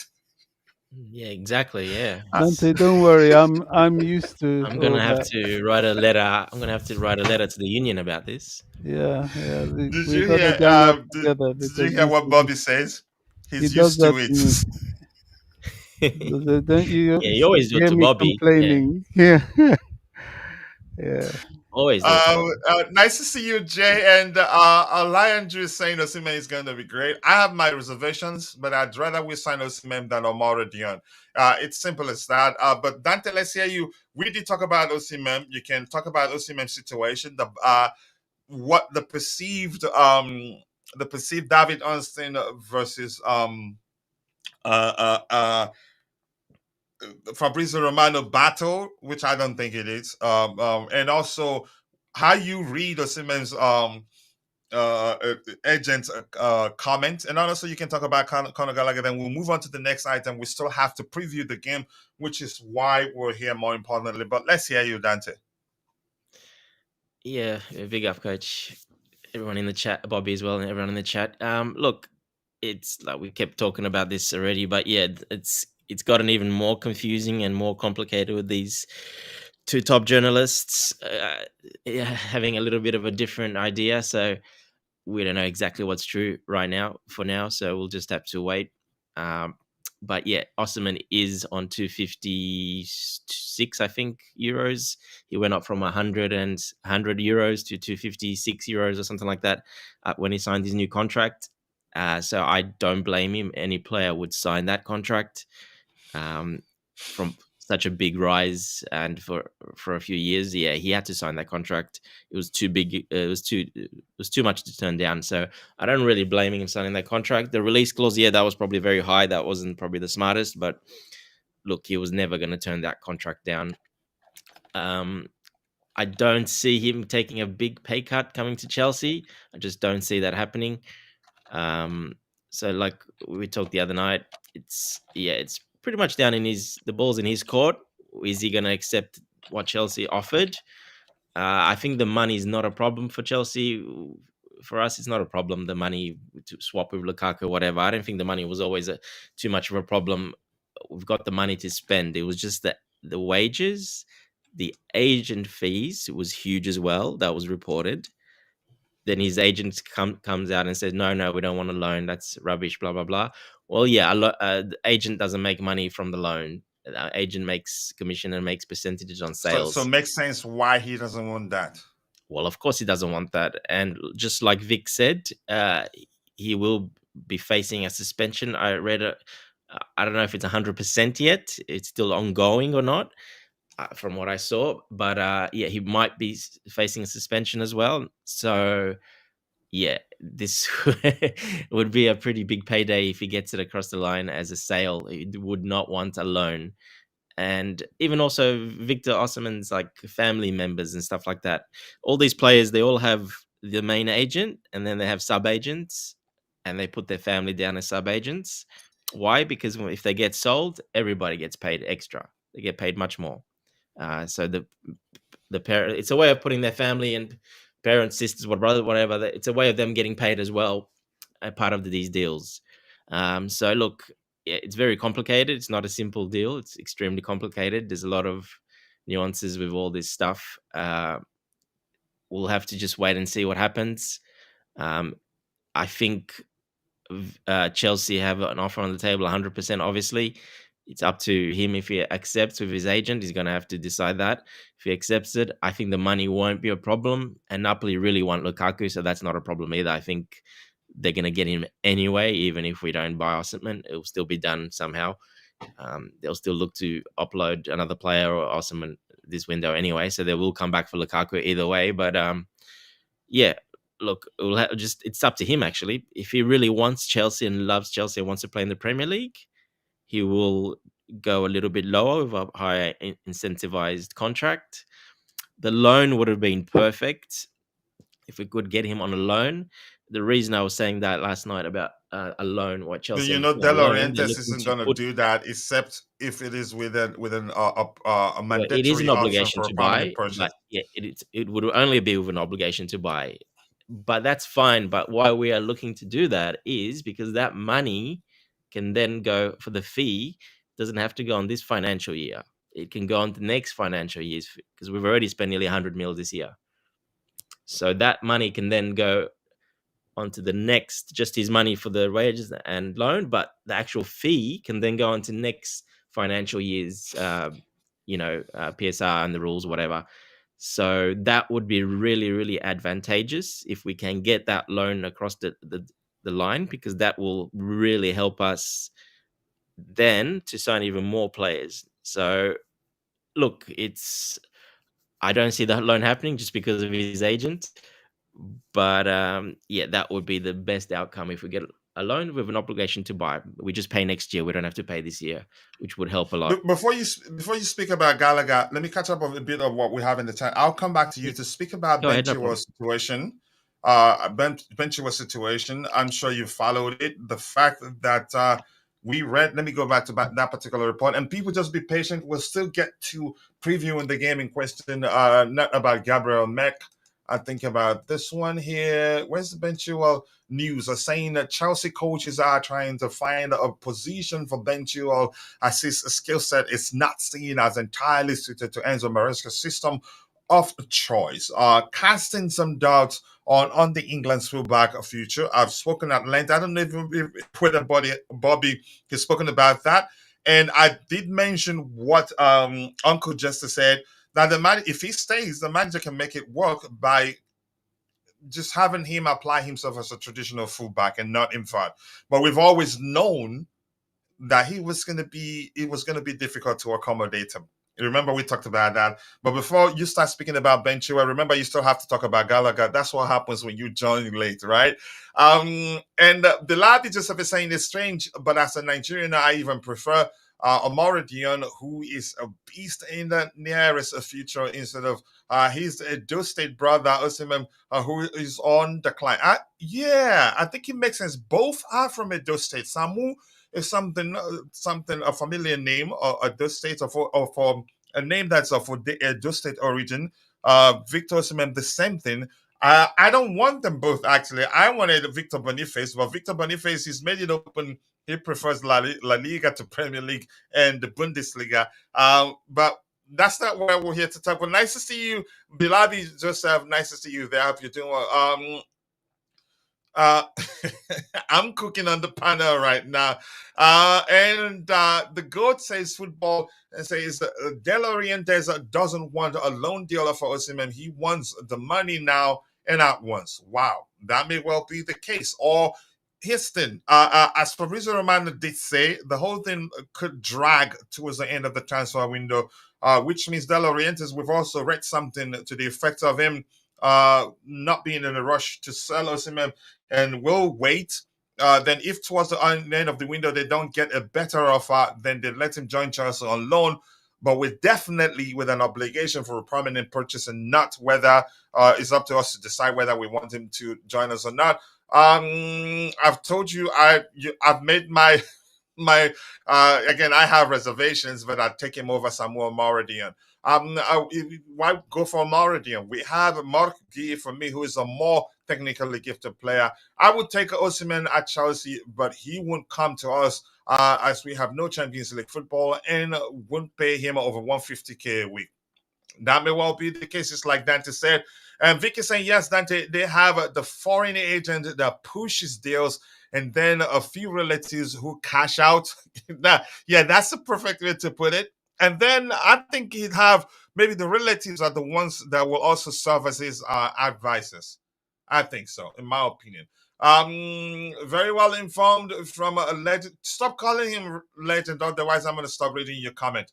Ben Chilwell scored the narrative of him training with the wingers. Yep, that was a lie. He came out to say, to refute that. Is there a transfer ban on the horizon? No, I don't think we're getting any transfer ban. I think we're very cautious, and I've told people that I'm quite sure the owners have people behind the scenes crunching the numbers and letting them know, don't spend to this extent, and if you spend to this extent, you have to do this to balance the books. I don't think we'll ever get in trouble with the FFP again. It'd be difficult. It would take a huge mistake on the part of those working for the owners for that to happen. But that's a small opinion anyway.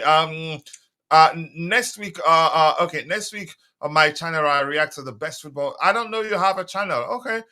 Maybe when you become a moderator, you get a chance to share the link to your channel. But nice to hear. And people, now that he's not a moderator, you can click the three dots to his name and click on go to channel, then go and subscribe to his YouTube channel. Check it out, and I'm quite sure you see what you like. Once he becomes a moderator, he'd have a command that he can trigger. Coach, is there reality in Nigeria rejecting first beats? Let me see that. Let me see that again. Coach, is there reality in Nigeria rejecting first bid for Kasade? In Nigeria, Coach, how are you reading Nigeria? No. If I highlight something, it didn't go away. The Nigerian stuff I read is still there. So it's mixing it up. So that's why I hasted it a bit. Coach, is there a reality in Chelsea rejecting first bid for Kasade by Napoli? I haven't read anything to that effect. I'm quite sure.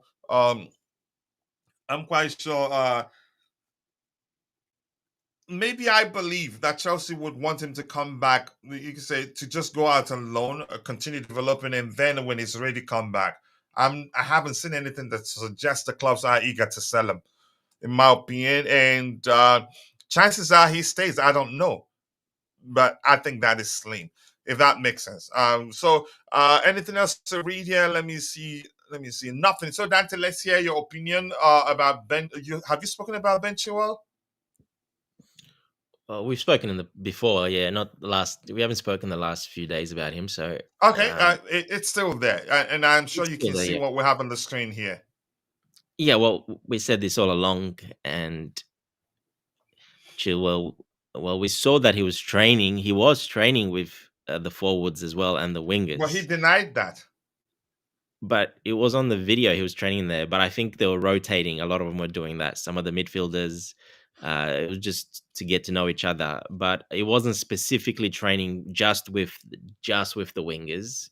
He was just seen there, and that's why people speculated, I think.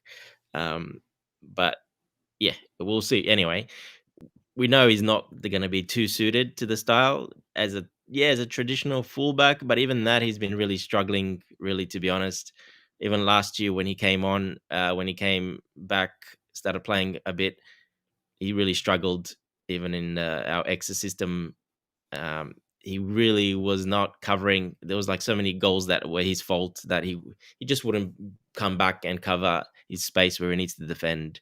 So his positioning has just always been a big problem for me, especially in my opinion, personal opinion. The positioning has just not been right. He gets caught out so often. Yeah, look, he's really declined really badly. The injuries, I'm sure, have played a part in that. We should really be looking to try to sell him. It's not going to be easy on his wages, but hopefully there's someone out there that can take him. But if not, the coach is going to have to just use him. But when there's this problem where you have a player where you have to force a player to play in a certain position or in another position because you just have to, because that makes it really difficult for the coach. It's not a good problem to have for the coach. First of all, it's not good for the team, and second of all, it's not good for the player himself individually, because you're putting him in that situation, and if he doesn't perform, and like he hasn't been, that's just going to build up more pressure and more anger around from the fan base. Why you're playing him, from teammates, blah blah. It's not a good situation to be in. When this comes up, really you need to move on that player. It's best for all parties involved. But we'll just you have to know wait to fully well see. that moving Ben Chilwell on isn't easy. His salary will almost always be an issue for clubs looking to sign him. It And do is. you Look, there's a think? couple of teams that might be interested. You gotta, But okay, let me ask you this question more specifically. Do you think he'd be open to taking a pay cut? Because probably he'd be looking to still get a chance to represent England, which I think would be very difficult because there are other players emerging in that left hand side for England. But go ahead with what you were saying. and that's So the, and that's. if it does, if my point is, sorry, I'm sorry. My Thanks point for is the that captain's mate. if it's not looking to get a chance to still represent England, he probably won't be eager to leave. The money, he will be getting the money week in, week out, and I'm sure his salary, his current salary, isn't as incentivized, heavily incentivized as other as the new signings are, as that of the new signings. Yeah, But go ahead with what you were saying. he's on 180. Sorry, he's on £200 a week. It's not the worst. You can someone like a Man City that's still kind of looking for a left back might be interested. A Manchester United maybe looking for a left back might be interested. So there might be option out there. But look, the next point I was making was the England thing. There's not many left Mhm. backs for England, to be honest. Luke Shaw always injured. We saw they didn't take only Luke Shaw was the only left back they took at the World Cup at the Euros. He's got a chance if he plays every week, goes somewhere and actually plays every week. He pretty much will get that England left back. Him, Shaw. There really isn't that many guys. There's no one really, to be honest. It's basically him and Shaw, really. So if he goes somewhere where he plays week in, week out, and that's how you can use that to our advantage as well, to send him somewhere, and he might accept a little bit lower. Or there is clubs out there who will pay him what he has. Like I said, Man City, Man United will probably play him. They need left backs.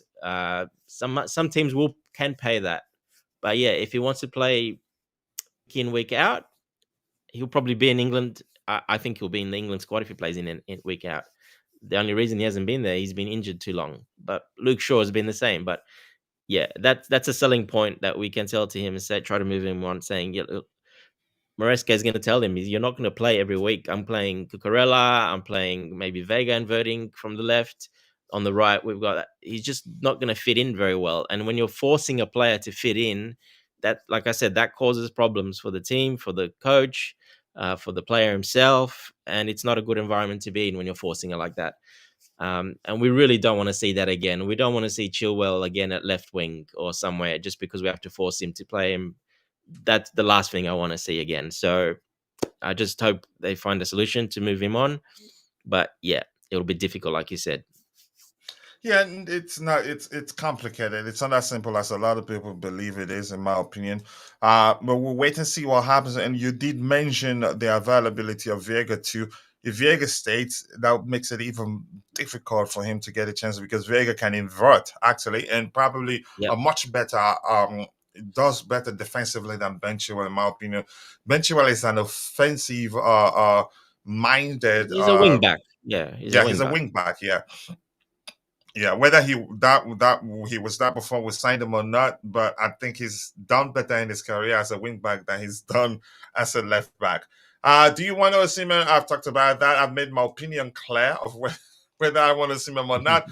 I haven't been updated, but Osimhen is going to play. Okay, let's see anything else. And JR22 afternoon, guys. It just finished work. Yeah, it's hot in a lot of places, but JR22, nice to see you. I hope you're doing well. United will sign Cole Palmer next year if we don't get Champions League football. Good luck. Good luck to them. I mean, there's no harm in trying. They can give it a shot, but I can assure you, it doesn't happen. RX we call them, but let's try and keep the topics aligned. In RX in what's his name? Mauricio Pochettino was the reason we sold Ian Matson. Dante, he says United have two injury-prone left backs, Shaw and Malaysia. Is that how you pronounce that? And you think they'd add Chile to Dante, that one must yeah, that's a correct point right there. Do you Well, see that's that? exactly why, Yeah. two of them will be injured always, so at least they'll have maybe one available. So No, perfect. who guarantees that Ventura will be available? How long has he been fit? No, That's I'm saying something one you'd of have to them, consider. best out of three, one of them might be available. So yeah, the more But you get numbers, the his better. point. Yo, okay, three injury prone players at least. At one at a time will be at any given time will be available. Maybe. Exactly. Oh my goodness, I'm not reading that. Let's see. Chilwell's form has fallen off a cliff. He was okay, he was great before his lung injury. Also, James needs to have an injury-free season. I think he looks fit. He's lost a bit of the meat he gained. As much as I don't want to say that, but that's the fact. Dante, you've spoken about Conor Gallagher too, right? Haven't you? You there, Dante? I think he's muted. Probably has something he wanted to take care of. Yeah, there's, I'm here, You, coach. Sorry. yeah, no worries. Have you spoken about Conor Gallagher or did I forget? Not today, no, but I'm back most just in pretty case. much everyone knows my Okay, opinion okay, on Bobby. Thank you for him and coming what back. Go ahead, he Dante. should do. But look, yeah, a lot of the fan base is not happy about this, obviously, and then the price as well that's been quoted is going around. That's even made it even worse because they think he's worth 50 to 60 million pounds. Like I was saying, I don't see a club paying that much for Conor Gallagher with his skill set. They're just not going to pay that 50, 60 million pounds. It's just not going to happen. I can't see it happening. Especially Atletico Madrid from is a good a fit for him. non-English club, right? Yeah, not definitely from a non-English club. No chance they're playing that much. I That's probably how much I was saying, probably around 40 million. I was saying, and that looks like what they're kind of offering. Probably the max will be the 40 million. Will be the max they would offer euros, which is what, 35 million pounds. So yeah, look, it's a good spot for him to go. It's Simeone will use him. They do need that type of player. Probably only the one of the only coaches that will actually play him with his skill set. Even in Spain, they look at more technical players there. They love the technical players. So he's not going to have the biggest fan base there either because he's not into that. But the one place where he can be appreciated a little bit, that will be from Simeone because he uses that type of player on the pitch. So it's a good spot for him to go. Will he accept the salary they're offering? Again, I do not see Atletico Madrid offering him a big salary like at Chelsea, like he wants. I don't see that happening either. So I think he'll have to accept a lower salary to go. The price, I think we're pretty much going to accept it at 40 million because I don't think we can get more. And he's got one year left. And look, it's I don't think we're getting any more unless Tottenham come in. But I don't see him going to Tottenham, to be honest. I don't think he'll do that just because he's a Chelsea kid. Oh no, And no, no, no, no. What if it's feeling? What if it's feeling like? What if it feels like a Chelsea? You could say that we don't value him, we don't respect him, and yeah, I don't. Yeah, I think if Tottenham agrees to pay him, well, I think he'd join them. I He's don't not know about gotten that. to that. in his career, in my opinion, he's not gotten to that level, maybe to that point where he'd say, yeah, given his relationship with Chelsea, that going to Tottenham wouldn't be nice. I don't think so. I think if they pay him, if they bring an offer to the table for Chelsea and agree to pay him a lot more, at least 50% more than Atletico Madrid are offering him, I think he'd take it. Honestly, even Arsenal, I think he'd take it. I don't think he'll take it, coach. It's First of all, business for all parties involved. That's my they're argument. not going to pay him as much salary as he wants. Tottenham's not going to do that either. They would know what Chelsea have offered him. They would know they're not going to. They'll go a little bit over the top, but they're not going to go to his demand. They're not going to go that high because they already know he's got no options. It is business, as you say, but they know these things. They'll know these things, so they're just going to give him a little bit more and compare a little bit more, another 5 million to Chelsea, but they're not going to go up to 50 million pounds and give him 200,000 pounds a week. Tottenham's not going to do that because they know the situation. They read the situation. They already know this stuff. They'll know what he's being offered, and they know this stuff. So that's not going to happen. And for him, instead of Atletico Madrid, him choosing Tottenham over Atletico Madrid, he is a Chelsea boy. He's always said he is. He loves the club, loves everything. He always said he hates Tottenham, blah, blah, blah. If he goes there, he will lose a lot of his fan base as well if he goes to Tottenham. I'm going to say this, and I'll hear Bobby's opinion on whether if Tottenham comes to Gallagher and decides to and agree to pay him 50% more or even 25% more than what Atletico Madrid are offering, whether he'd take it or not.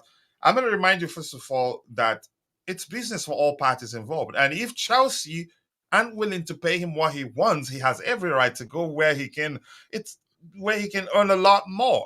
It's business for all parties involved. And from a player's perspective, I see it the same way. The loyalty for me, it's not like it's not a pro bono thing. It's a job.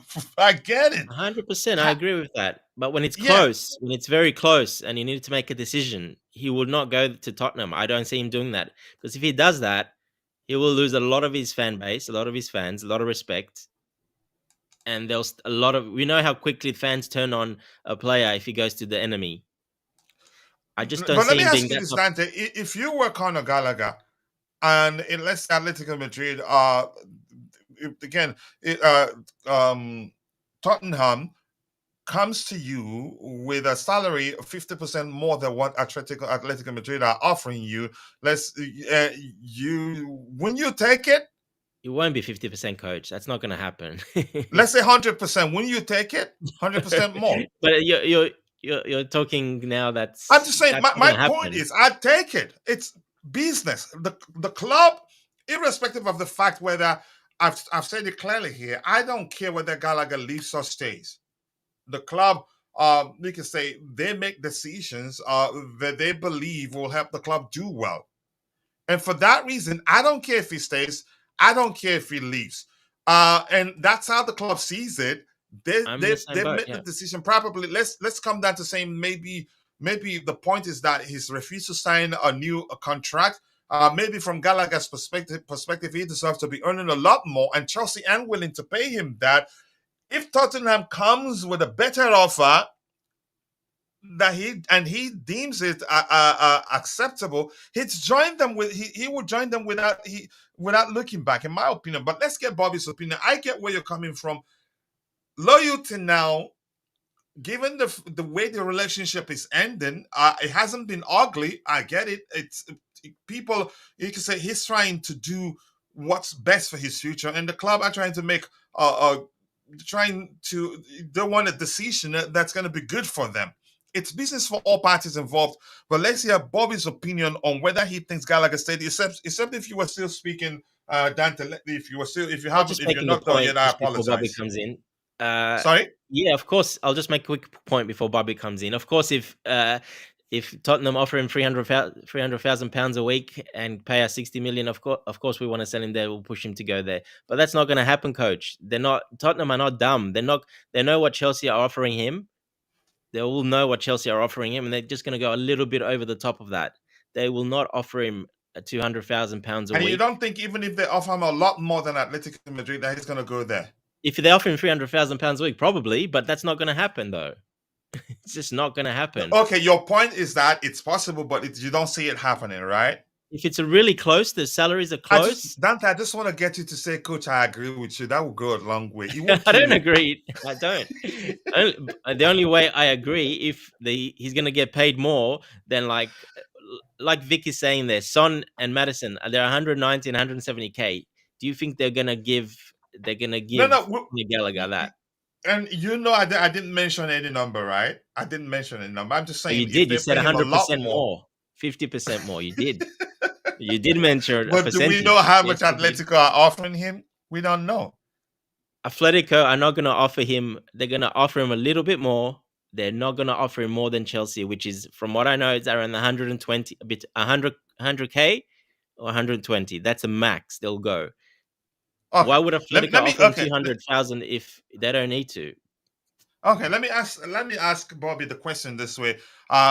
Yep. Because I want us to get done with that particular topic so that we get to previewing the game as soon as possible. Bobby, do you Yep. see Conor Gallagher agreeing to join Tottenham if they offer him uh, a good salary, maybe something more than Atletico Madrid will be willing to pay him? Because we're hearing Tottenham, they're preparing an offer, if we're to believe that. But the question Mm. is, do you see Conor Gallagher accepting to join Tottenham if they can pay him a lot better than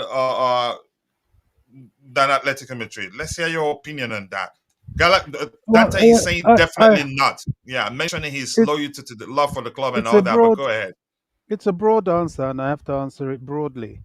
Okay. Um, the truth of the matter is that Conor Gallagher is in a strong position, in an interesting position, and absolutely nothing is off the table. Now, there's so many permutations to this. Let's take Tottenham. Do Tottenham want Gallagher? Yeah, they like him. Will they want to break the bank for him and give him big wages and so on? They're not going to do that. They won't cross, just as Dante said. They know what Chelsea's offering. They know what he's currently getting, and they won't go too much higher than that because they too will have a negotiation.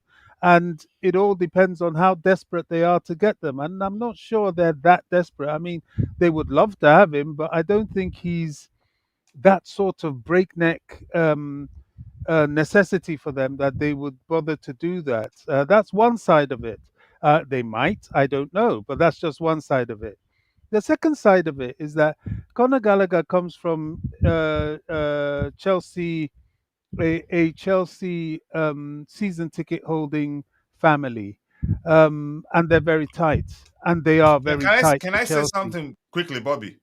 Are Yeah. they gonna eat the season ticket, or is it will the season ticket No, feed Gallagher and his family? let me land. You know, you've made Okay, your point land very safely, bro. I'm clear, listening, bro. and I'm listening. I understand your point, but I'm just listing the factors. There are many factors involved with this, and that is definitely one of them. He comes from a Chelsea family.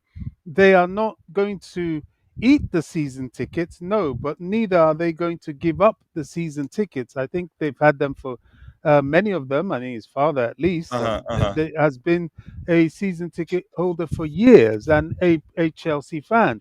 His family support Chelsea. That's just the reality.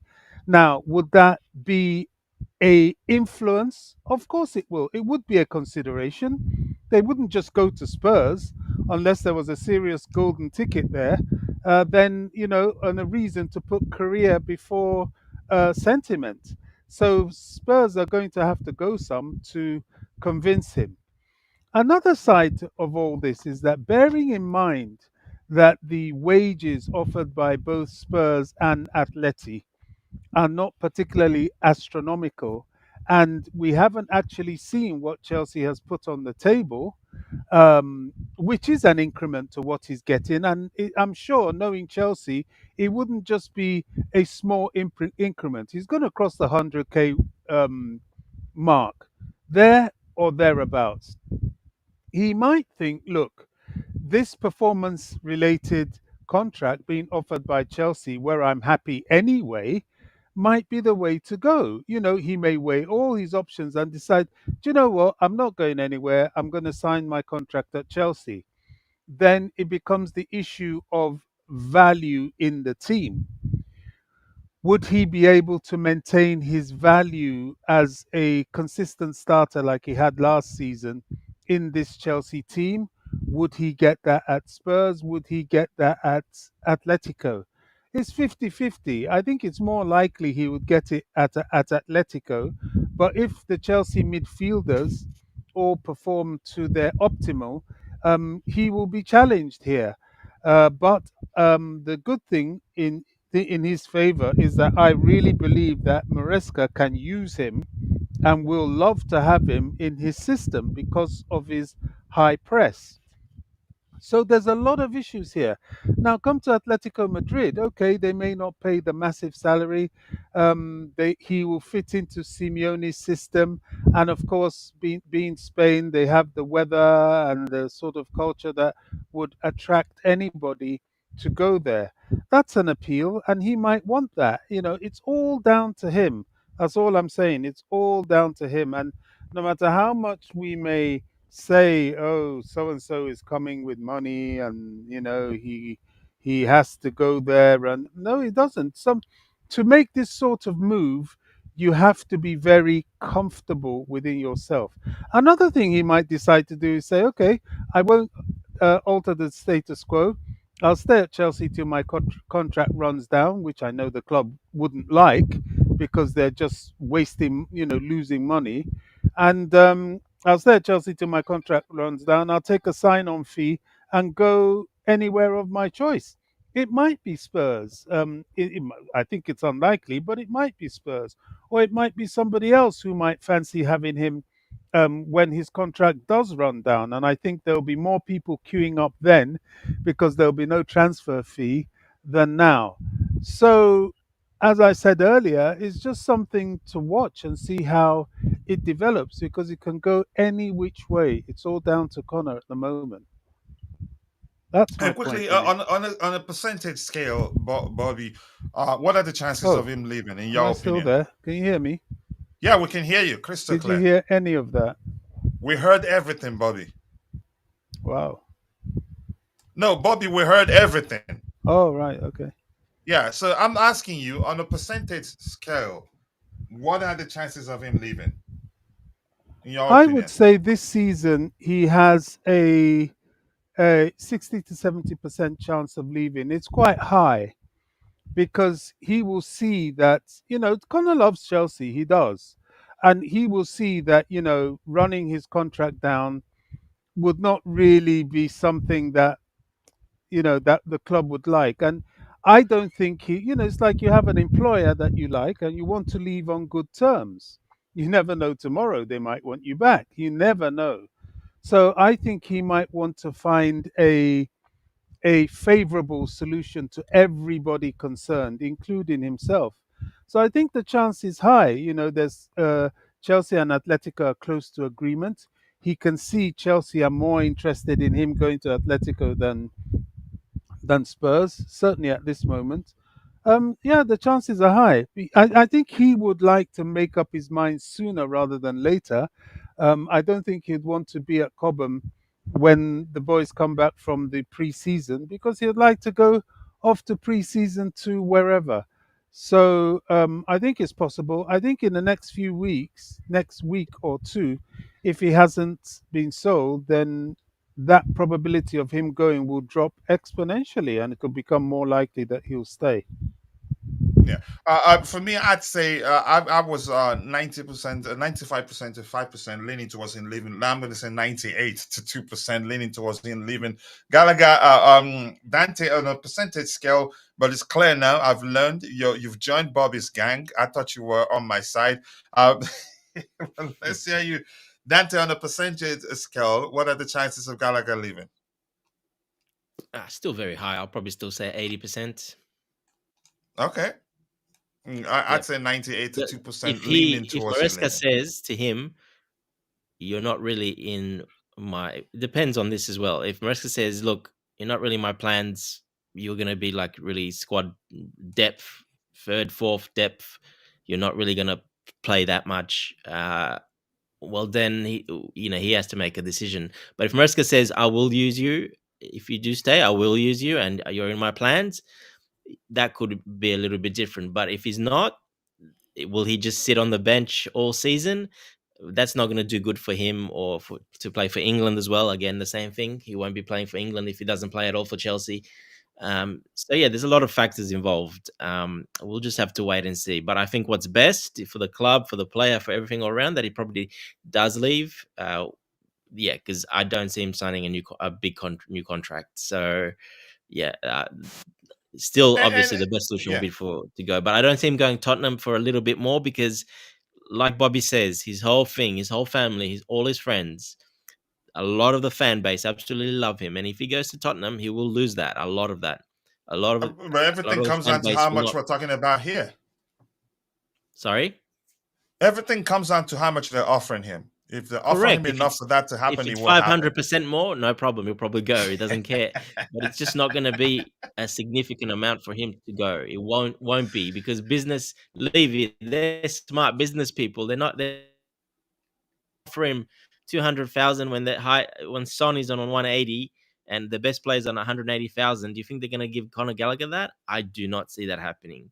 So look, I think we'll just have to wait and see. But yeah, I just don't see him going to Tottenham. He will ruin a lot of his image and his fan base that really do love him. They will still love him and still look up to him and still adore him if he goes to Atletico Madrid. But if he goes to Tottenham, he will lose a lot.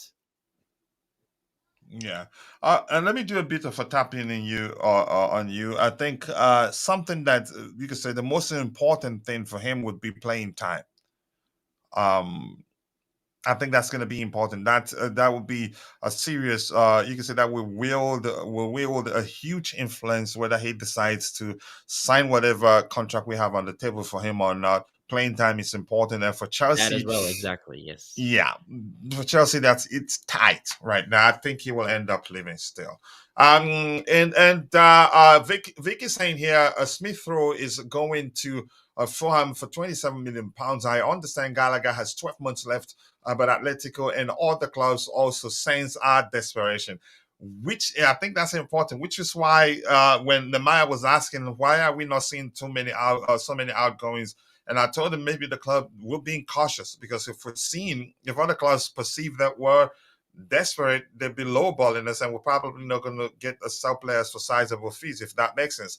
The GOAT saves football. Okay, anything else? Tamida Lumara, nice to see you, bro. I hope you're doing well. I don't know if I've said hello to you. I hope I have.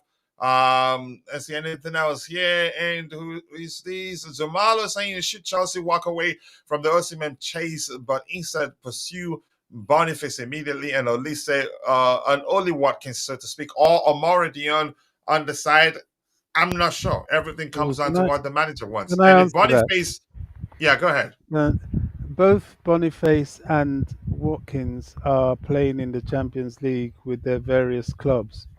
So it'll be a hard pull, that one, especially Watkins, that's quite mature and may not have the opportunity Mhm. much longer in his career.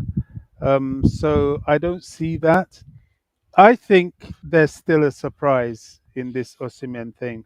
My concern, I think the greatest pull for Osimhen is that Chelsea want to offload um, Lukaku, but they may still look elsewhere. I'm not sure that deal is actually going to happen, and unless PSG come back for Osimhen, it may be difficult for us to offload Lukaku as a result of that. So Lukaku is going to have to get a plea deal like he did when he went to Roma. That's how I see that. It looks and feels messy for us at the moment, the whole thing. And you were talking about low balling players. You know, everybody knows we want to sell Broja. Everybody knows we want to sell Mhm. Chalobah. Are we desperate for Chalobah? Less so, but you know, we don't want players just hanging around in the squad unnecessarily. So I think the club will have to accept that the valuation they put on those players is it's not going to be what we'll get, unfortunately. Yeah, unfortunately, indeed, it's not straightforward. The whole thing is complicated. Thank you for coming in, Bobby. And Dante, you can always come in whenever you want.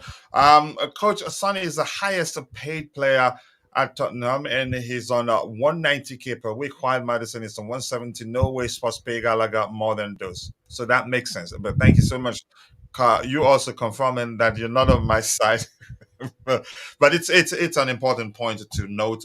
Jokes aside, um, let's see what else we have here. Keep dropping the likes on the stream, people. The likes do go a long way. I'm gonna scroll to the very bottom, and then we'll try to get your subsequent contributions in the chat. There's quite a lot. As much as we like to interact with you. Tamidaro is listening. That's what that means. And the Maya, I hope Samuel Moradian doesn't come. I hope so too. I'd rather we sign Osimhen than Samuel Moradian, even though I have my reservations. 82 likes, including you, 83 right now, 17 more to get it to 100. Let's make it happen.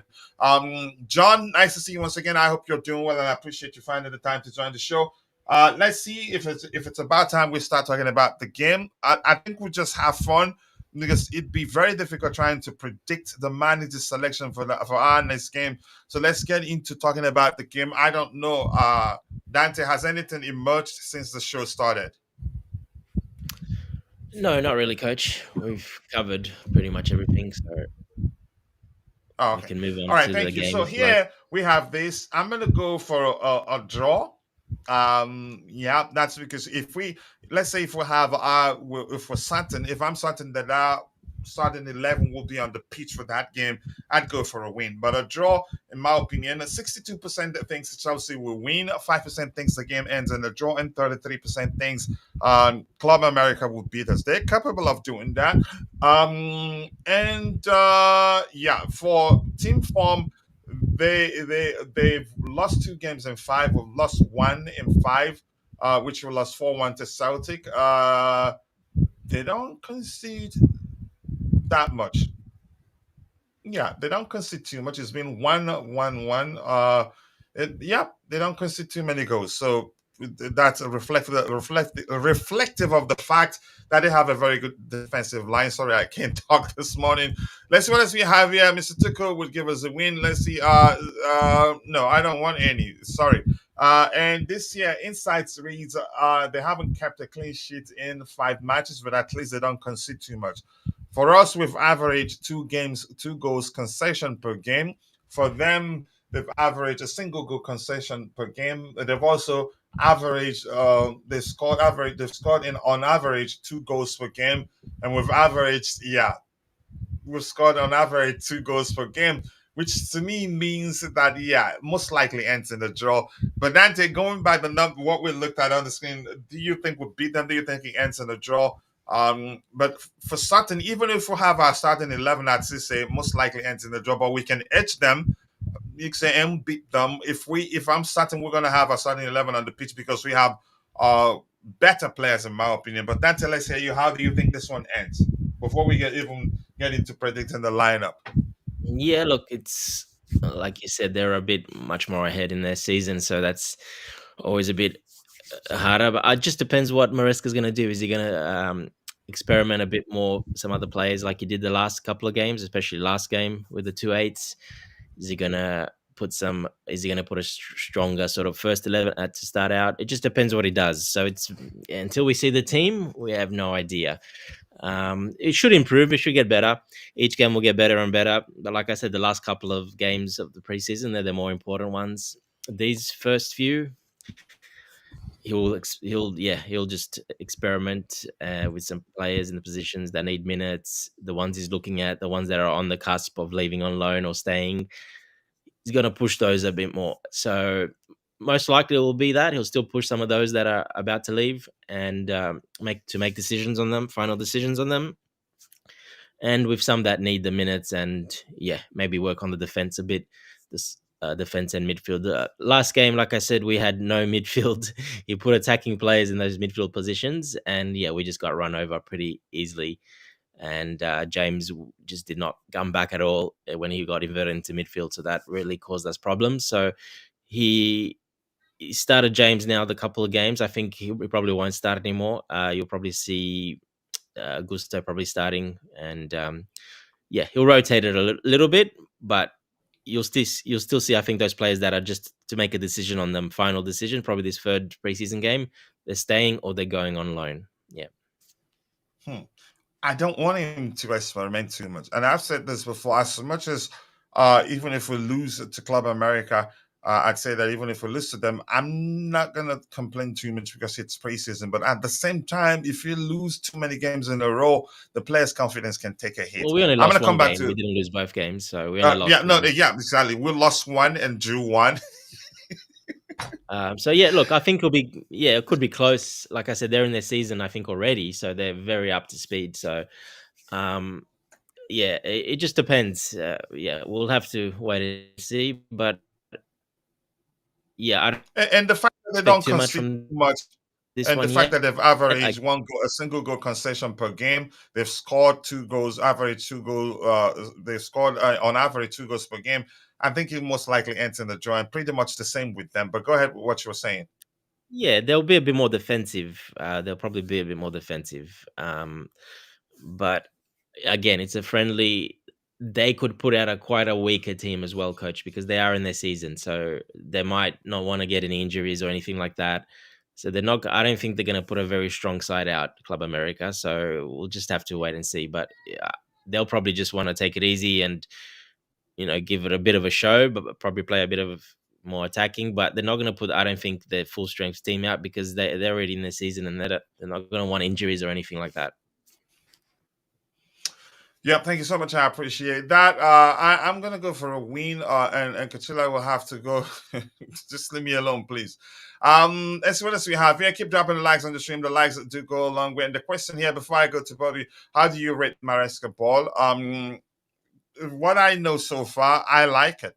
It's a matter of overloading areas. That's the reason for inviting the fullbacks to overload the midfield area in most cases, and a lot of having 5 or 6 players in the attacking area at any given time when we're in the box. I think it's a good attacking approach with a bit of you could say balanced approach because he's always cautious conceding goals, and I think it will take a bit of time.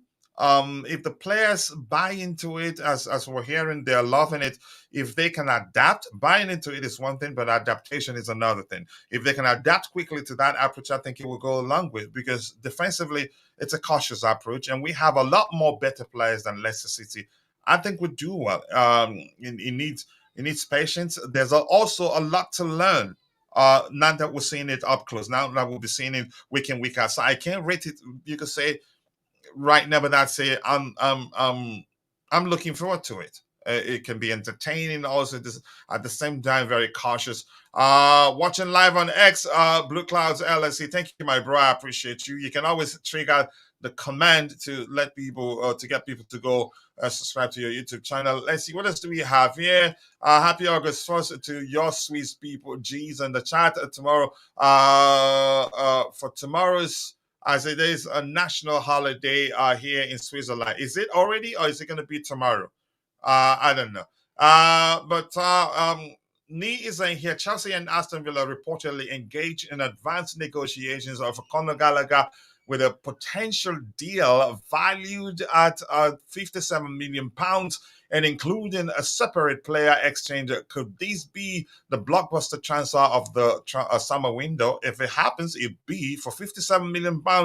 Chelsea will say, okay, you know what, Atletico, you did you see that? You have to up your offer, otherwise we'll sell him to Atletico Madrid. But more importantly, Gallagher would have to accept joining Aston Villa for that to happen.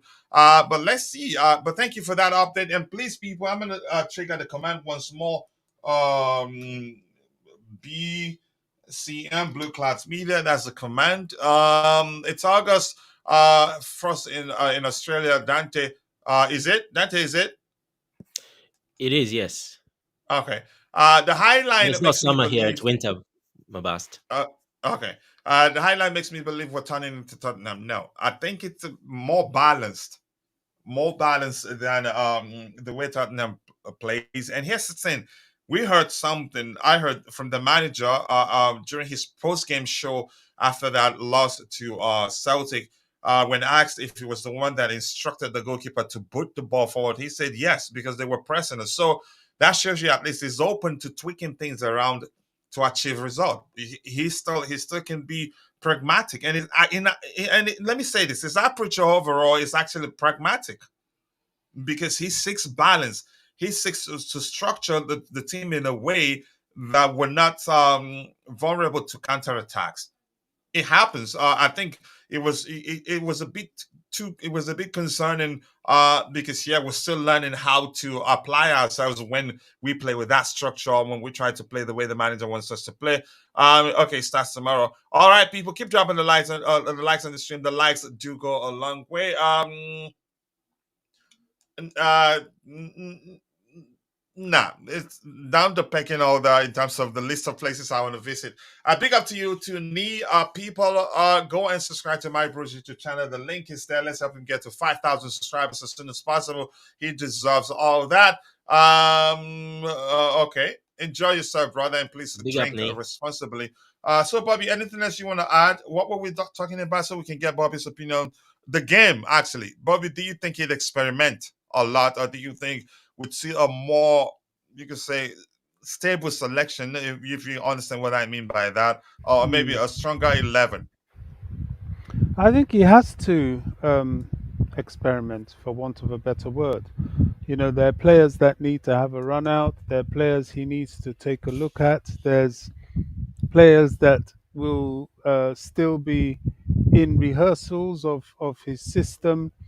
His focus is not actually winning the game. That's some of the Chelsea fans' focus. I don't think that's it. He would like to, and they will play to, but his focus will be on fitness, um, uh, the um, the application of his tactics, and so on. That's where he's going to be focusing on the players. Now, Club America, will they like to win? Well, they'll be fitter.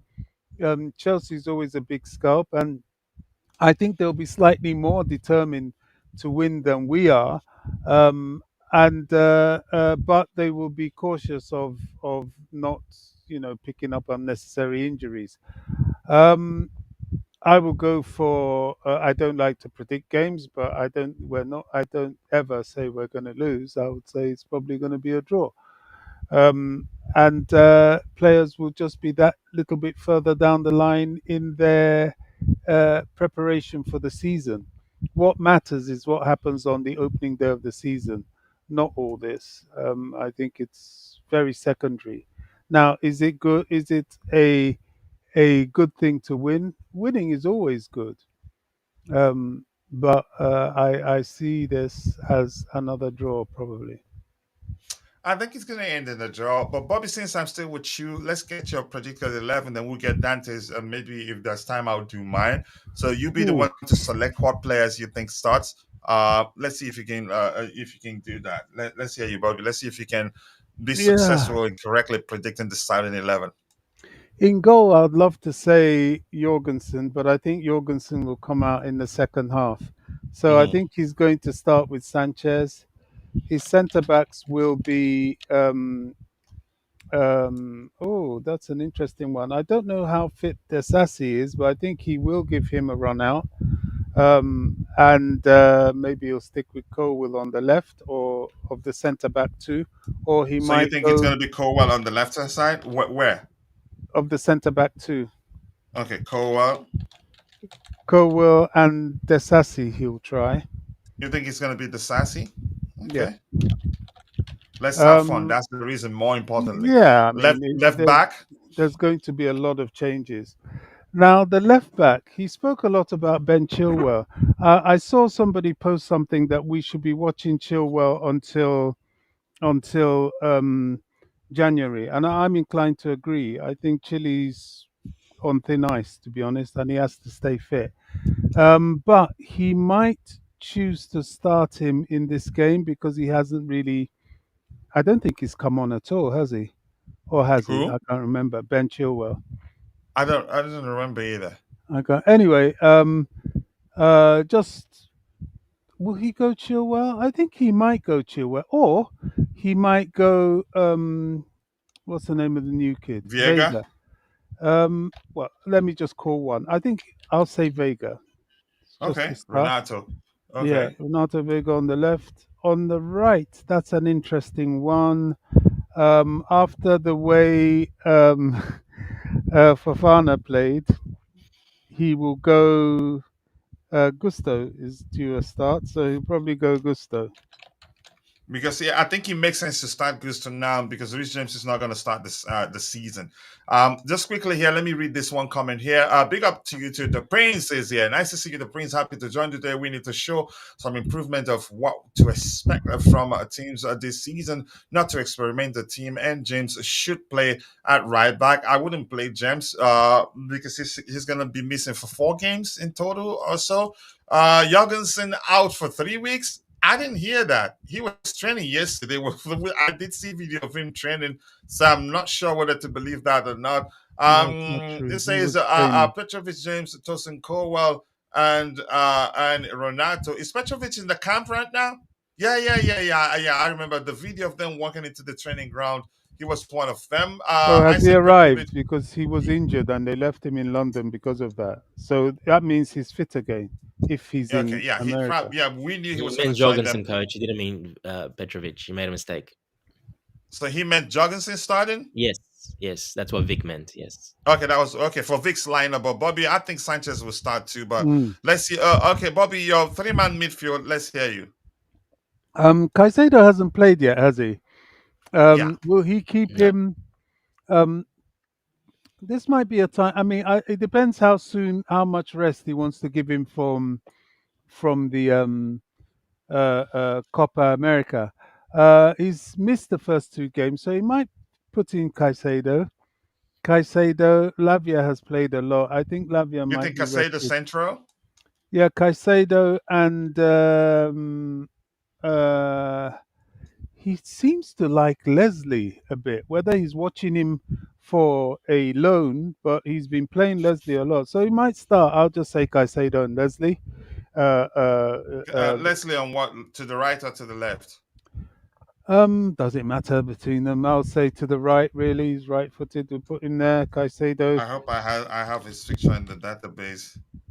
to the left, and ahead of Okay. them, it's an interesting No, one. you see one more. You see one more 3-man midfield. Yeah, that's what I'm saying. I look at the base pivot and then the guy that can go forward. Okay, you're It talking could about be, something similar to like this. yeah, Okay. a triangle in midfield. Who would be the third midfielder? Lavia, I don't think will start. I think Lavia I needs a think you little would rest. see Dewsbury-Hall today. Yeah. He will. He's fit, isn't he? So we'll try. He'll try him. Those three. I hope we have his photo here. We do. So front three, let's hear you. Front three is interesting. Now, Nkunku played 90 minutes, so I'm not sure he will feature. And Gui has been playing a lot, but he doesn't really have that many strikers. Okay, front three. He'll probably start Sterling on the left. I don't want him to, but I can see him do that. Mhm. On the right, all he seems to have is Madueke at the moment, doesn't he? I don't see Yep. anybody else. Oh, Angelo. Angelo. You think Yeah, Angelo? yeah, I mean, we'll go for it. I don't think he will, but Angelo, why not? And central, Sorry, he sorry, might go guys. We don't have the picture of Angelo in the database. Central who? to Brozier this time. Broja. Do we even have Broja there? I don't think so. So, but we know Broja centrally. I don't think Broja starts, but that's Well, okay. he's going to experiment a lot. He might do. Do you think he'll play Gui again? Maybe. I don't know. I I'm think Gui just saying. starts.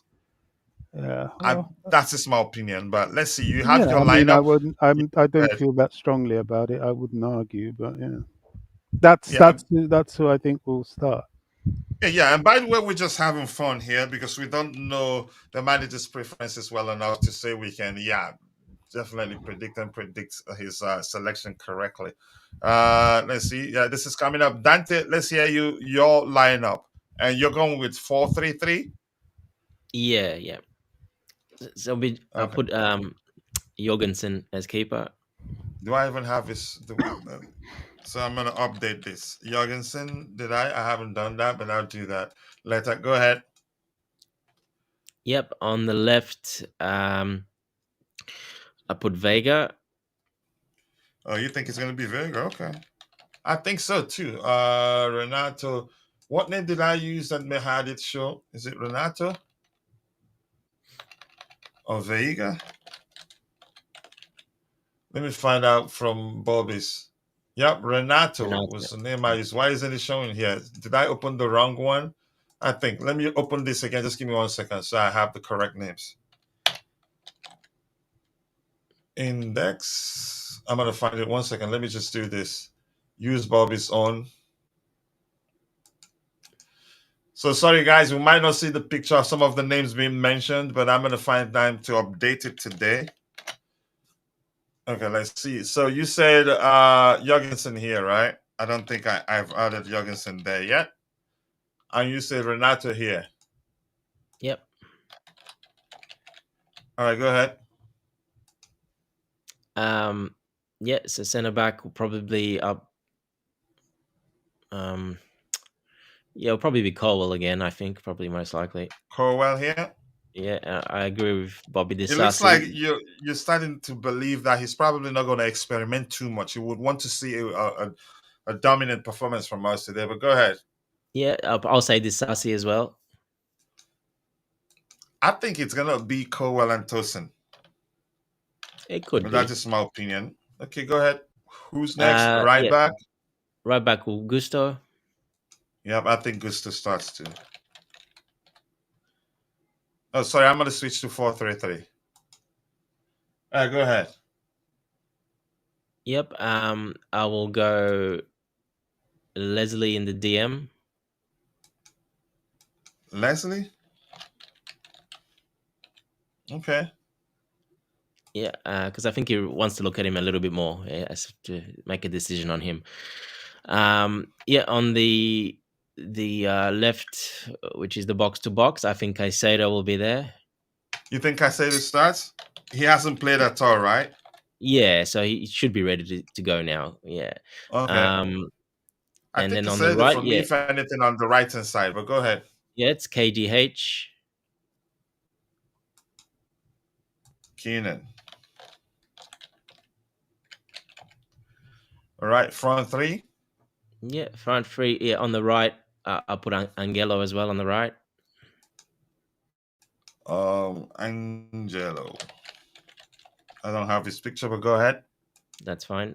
Up front, yeah,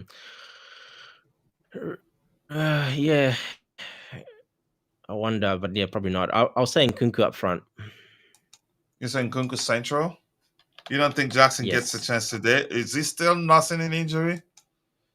Yeah, he's not. He won't be ready to this. I don't think he's ready. Next game, I think what they said. Okay. So On the yeah, left. and on the left, I think Sterling will start. Yeah. Okay. You think Jorgensen starts today? Look, he's come in. He's been he trained. He looked really sharp in the training. Looked really sharp, making amazing saves and really looked good. He might not.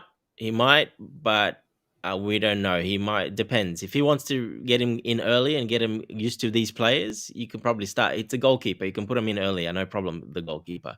Yeah, I would put him in because just to get to know these players and his defenders and playing with different ones and just getting to know your teammates much better. For the keeper, it's very important to know his back line. So especially his back guy. So I would put him in just to start playing. You're not going to really risk Jorgensen for injury or anything like that. He's very fit. He's the keeper. He's not going to be that busy. So yeah, I think he should just to get to know his teammates and how they play better. Interesting. Let's see who wins. I'm not gonna do mine. I don't.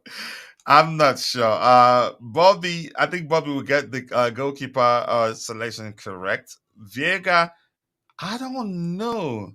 He may well start because the manager he hasn't seen Cucurella. Ben Chilwell, he's made it clear that Ben Chilwell isn't going to start here. So I think Vieira may well start there. Okay, well, he needs to Vieira look will at him. start. He needs to make a decision because we know Yeah. he's on the edge. It's either he could go on a loan or he hasn't been made clear that he's staying yet 100%. Do you think he So leaves? he needs to really look at him. So yeah, he hasn't. The first game he didn't. The second game a little bit. Now's the time this Yeah. game to proper look at him Yeah. more. Yeah.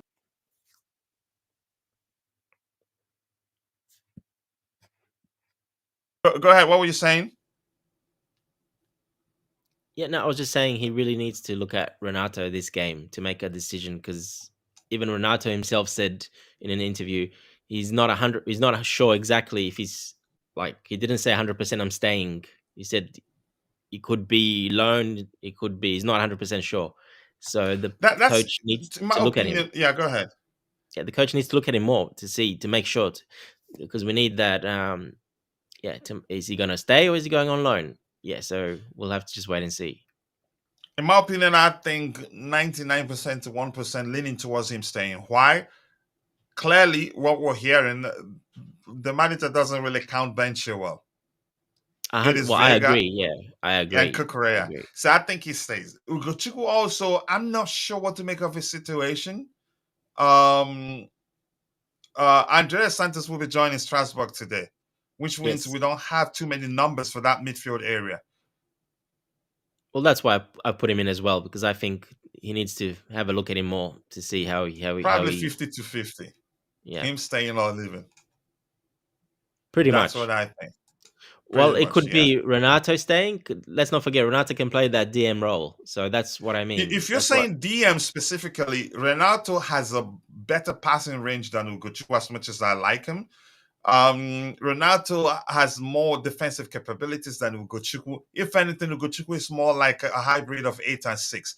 But Renato is you can deploy him as a traditional 6, and he would do that Yeah. very well. He's more Yeah. aggressive than Ugochukwu if you want to play him as a 6. More suitable to the Premier League if you want to play Renato as a 6. Yes. Which I think we may well see him there. I don't know. And if you want to, That's why I'm so thinking. this Yeah. guy offers more to the team than Ugochukwu. So I think Ugochukwu may well live on loan, but I don't know what's going to happen given the fact that Andrey Santos is going back to Strasbourg. So this says to me that Casade still has a chance. Yeah, we'll see. But that's why I put them both in to start because I think the coaches want to have a look at them a bit more and make a decision which one stays, which one goes. Yeah. Yeah. All right, And that's people. 8 based on more likes. Chilwell as well. Yeah, go ahead. Sorry. Go ahead. That's with Chilwell as well. Yeah. Depends what's happening with Chilwell. If we can't get rid of Chilwell, if we can't let him go, then it's best you're gonna have to play him. So maybe Renato then might go on loan, then Leslie stays because he can play that DM. Yeah, I do agree. I think good exercise from you too. I don't want to put myself on. I don't know the manager well enough. I think this is just more like us having fun. Yeah. But that's, by the way. Let me catch up with what a bit of what we have. And Vince thinks Casado, Lavia, and Nkunku in the midfield. Really? You're saying Nkunku as one of the 8s? Possibly.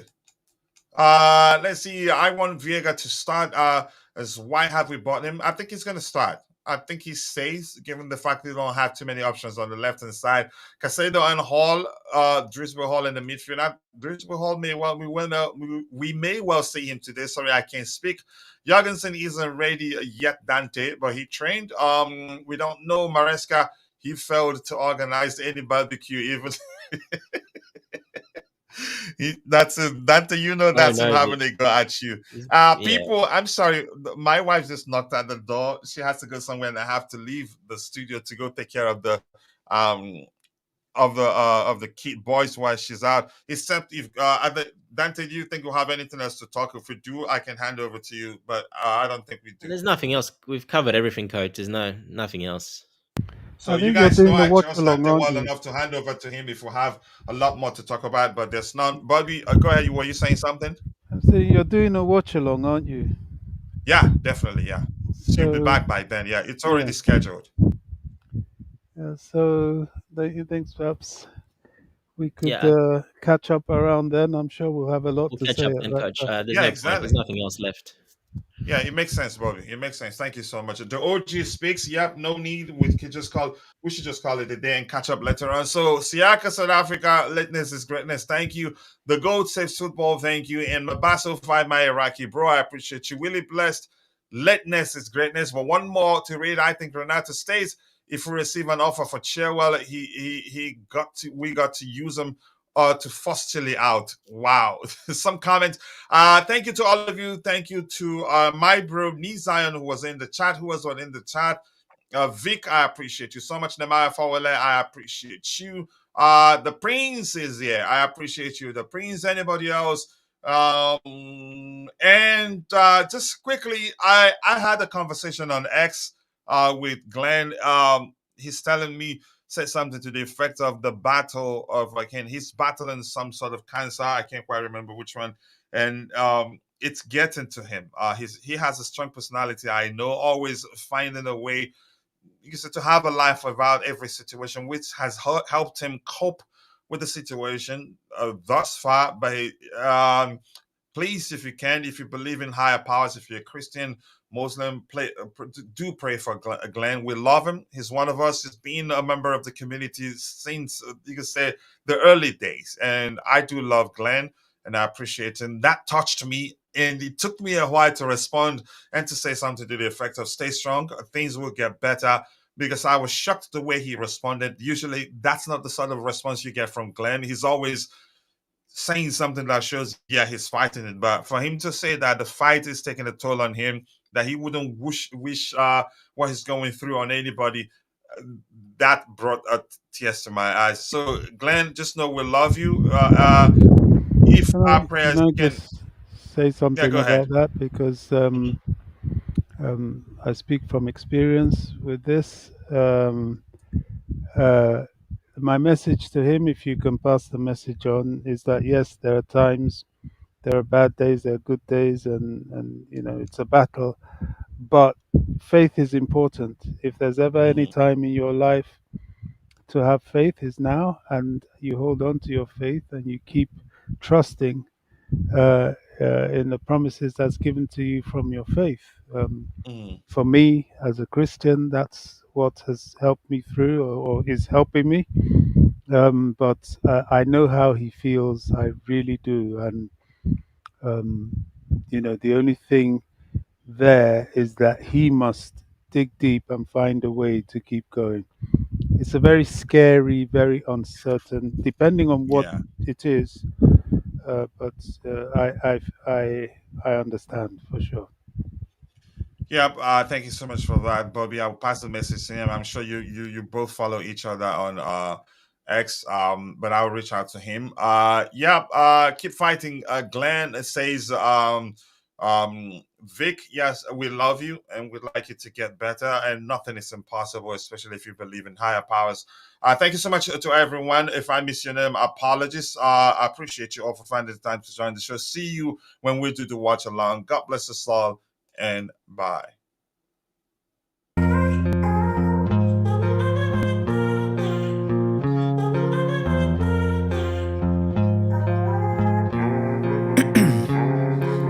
Ice in my veins, I've been driving this train.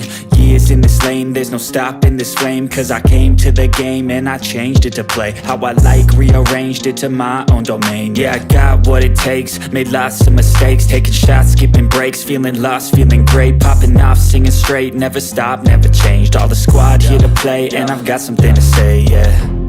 I work hard each and every day, I get lost in the words I say. I don't push pause, no, I push play. I won't stop till I make a change. I withdraw on the things I make. I turn flaws into flawless traits. I build tall, never capping space. I won't stop till I hear him say, oh, oh, la, la, la, la, la, la.